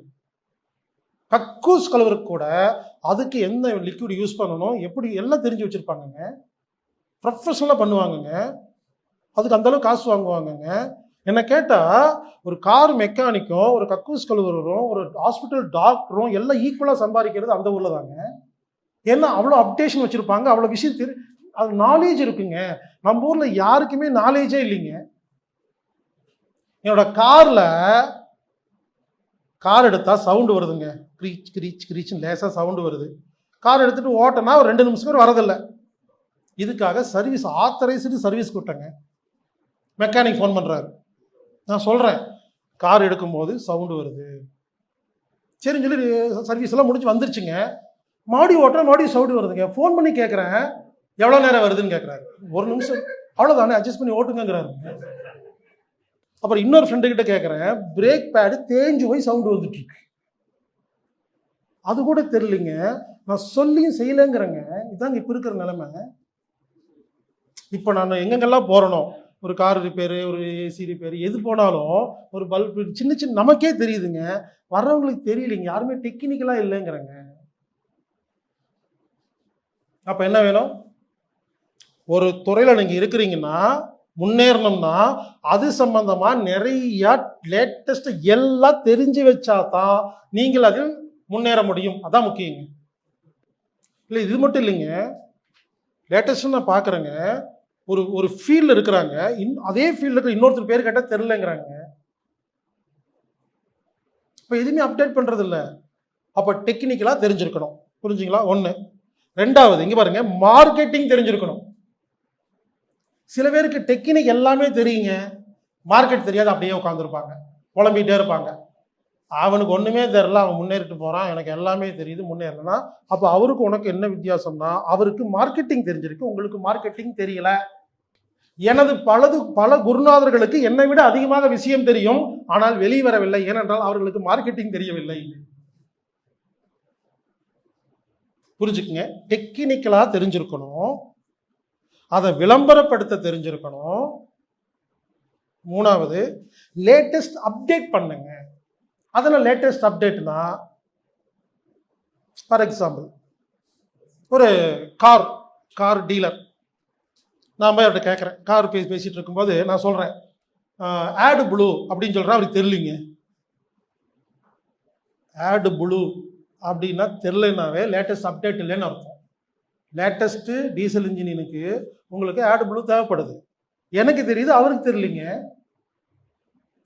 புரிஞ்சுக்குங்க, என்ன சொல்ல வரேன்னு புரிஞ்சுக்குங்க. ஒரு கார் ஷோரூமில் போய் ஒன்று நான் கேட்குறேன்னா, நான் கேட்குற கேள்விக்கு பதில் சொல்ல மாட்டேங்கிறாங்க, தெரிலங்கிறாங்க. எங்கே போய் கேட்டாலும் யாருக்குமே லேட்டஸ்ட் அப்டேட் இல்லைங்க. அப்போது டெக்னிக்கலாக தெரிஞ்சிருக்கணும், மார்க்கெட்டிங் தெரிஞ்சிருக்கணும், லேட்டஸ்ட் அப்டேட் இருக்கவங்க மட்டும் தான் முன்னேற முடியுங்க. 4வது தர்மம் தெரிஞ்சிருக்கணும். அதை பற்றி நம்ம அப்புறம் பார்க்க போகிறோம், பிரேக் அப்புறமா. தர்மம். அடுத்தது நோக்கம், நல்ல நோக்கமாக இருக்கணும். ஒன்று சொல்லட்டுங்களா? உங்கள் நோக்கம் நல்ல நோக்கமாக இருந்தால் மட்டும்தான் செயல் நல்ல செயலாக இருக்கும். நோக்கமே கெட்ட நோக்கமாக இருந்தால் செயல் கெட்ட காரியம்தான் இருக்கும். இதுக்கு ஒரு சின்ன உதாரணம் சொல்றேங்க. நீங்க 10 வருஷமா ஒரு அநாத ஆசிரமத்துக்கு போய் ஒவ்வொரு பிறந்த நாள் அப்பவும் ஒரு டொனேஷன் கொடுத்துட்டு வரீங்க, 10,000 கொடுத்துட்டு வரீங்க. திடீர்னு ஒரு நாள் கேள்விப்படுறீங்க அந்த அநாத ஆசிரமத்தோட முதலாளி சசிகலான்னு. அடுத்த வருஷம் போவீங்களா? ஏன் போக மாட்டேங்க? இது வரைக்கும் நல்லா தானே போயிட்டு இருந்தீங்க. அப்போ முதலாளி சரியில்லை என்றால் அந்த விஷயம் சரியில்லை என்று முடிவுக்கு வரீங்களா இல்லையா? அப்ப அதே மாதிரி அதோட நோக்கம் சரியில்லைனாவே எல்லாமே சரியா இருக்காதா இல்லையா? அப்போ நான் என்ன சொல்ல வரேன்னா, உங்க நோக்கம் ஒழுங்காக இருந்தால் எல்லாம் ஒழுங்கா தாங்க இருக்கும். நான் ஒரு இடத்துல 150 ஏக்கர் ஒருத்தர் வந்து இயற்கை விவசாயம் பண்றாரு. 150 ஏக்கருங்க, ஒரு கெமிக்கல் இல்லைங்க. தேக்கு மரம், சந்தன மரம், ஊர் இருக்கிற எல்லா மரம் இருக்கு, எல்லா செடி, எல்லா கொடி, மயில்கள் அப்படியே வந்து எல்லா மயிலெல்லாம் அங்கே தான் சாப்பிடுது. அப்படியே இலையெல்லாம் கீழே கிடக்குது, கொய்யாக்காலாம் கீழே கிடக்குது. எது எடுத்து வியாபாரம்லாம் பண்ணுறதில்ல. 150 ஏக்கரில் இயற்கை விவசாயிங்க. 150 ஏக்கரில் ஒருத்தர் இயற்கை விவசாயம் பண்ணுறாருங்க. நான் போய் பார்த்து ஆச்சரியப்பட்டேங்க. அங்கே போய் 500 ரூபா ஃபீஸ். ஏன்னா 150 ஏக்கர் இருக்கு இல்லையா, 500 ரூபா கட்டினோம்னா ஜீப்பில் கூட்டிகிட்டு போய் எல்லாம் காட்டுவாங்க, எக்ஸ்பிளைன் பண்ணுவாங்க இயற்கை விவசாயம்னா என்ன அப்படின்னு. அப்போ அவர் சொல்லிட்டு இருக்காரு, எங்கள் ஓனர் வந்துங்க ஒரு கெமிக்கலை கூட இந்த மண்ணில் விட மாட்டார், 100% இது வந்து ஆர்கானிக்கான இது அப்படின்னு எல்லாம் சொல்லி இறக்கி விட்டாங்க. எல்லாம் இறக்கி விட்டதுக்கு அப்புறம் அங்கே ஓனர் யாருன்னு கேட்டேன். அந்த ஊர்லயே மிகப்பெரிய ஹாஸ்பிட்டல் முதலாளி. ஊருக்கெல்லாம் கெமிக்கல் கொடுத்து எல்லாத்தையும் கொலை பண்ணி நாசம் பண்ணி அந்த வருமானத்துல இயற்கை விவசாயம் பண்ணிட்டு அதை பெருமையா பேசினா எனக்கு உடன்பாடு இல்லை. அப்ப இதுக்கு வேற ரூல்ஸ், அதுக்கு வேற ரூல்ஸா? புரிஞ்சுங்களா? ரூல்ஸ்னா எல்லா இடத்துலயும் ஒரே மாதிரி தாங்க இருக்கணும். அப்புறம் சிந்திச்சு பார்த்தா அவர் இயற்கை விவசாயம் எல்லாம் பண்ணல, தன் பேரம்பேத்திக்கு மரம் வளர்த்தி சொத்து சேர்த்திட்டு இருக்காரு. அதில் எவ்வளோ ரேட்டு தெரியுங்களா? சந்தன மரம், தேக்கு மரம்லாம் இன்னைக்கு வச்சோம்னா அது வாட்டுக்கு வளர்ந்து அவ்வளோ கோடிக்கணக்காக கொடுக்கும். பிரான்ஸ்ல ஒரு வீட்டுக்கு போயிருந்தாங்க, ஒரு பெரிய கூல்ட்ரிங்க்ஸ் கம்பெனியோடைய முதலாளி வீட்டுக்கு. அவர் கூல்ட்ரிங்க்ஸ் முதலாளி எனக்கு தெரியாது. உட்கார்ந்துருந்து அவர் என்ன பண்ணுறாரு, ஒரு கூல்ட்ரிங்க்ஸ் நம்ம ஊரில் பெப்சி, கொக்கோ கோலா மாதிரி அங்கே அந்த ஒரு பிராண்டு அதை வச்சுருந்தார். வச்சுட்டு இதை குடிங்க ரொம்ப நல்லா இருக்கும் அப்படின்னு. நான் சொன்னேன் இதெல்லாம் குடிக்க மாட்டேங்க, இதை குடிக்கூடாதுன்னு பிரச்சாரம் பண்ணுறேங்கன்னு சொன்னேன். பரவாயில்ல ஒரு சாம்பிளுக்காக குடிங்க, வந்திருக்கீங்களே டேஸ்ட் பாருங்க. நான் ஒரு டம்ளரில் ஊற்றுறாரு, குடித்தேன். குடிச்சிட்டு எப்படி இருக்குன்னாரு, பரவாயில்ல டேஸ்ட்டாக இருக்குது, பட் இதை நான் ரெக்கமெண்ட் பண்ணுறது இல்லைங்க, நீங்கள் குடிங்க அப்படின்னு அவர்கிட்ட சொன்னேன். நான் குடிக்க மாட்டேன். ஏன்னு கேட்டேன். நான் தான் அந்த கம்பெனி முதலாளி, அதில் எவ்வளோ கெமிக்கல் கலந்து எனக்கு தான் தெரியல. உண்மை சம்பவங்க. அப்ப நான் கேட்டேன், இது கெட்டதுன்னு தெரியுதல்ல, ஏன் விற்கிறீங்கன்னு கேட்டா பிஸ்னஸ்.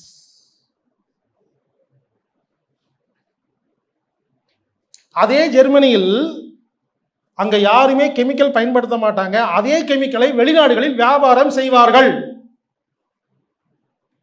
கேட்டா அது பிஸ்னஸ், இது என் லைஃப் அப்படிங்கிறாங்க.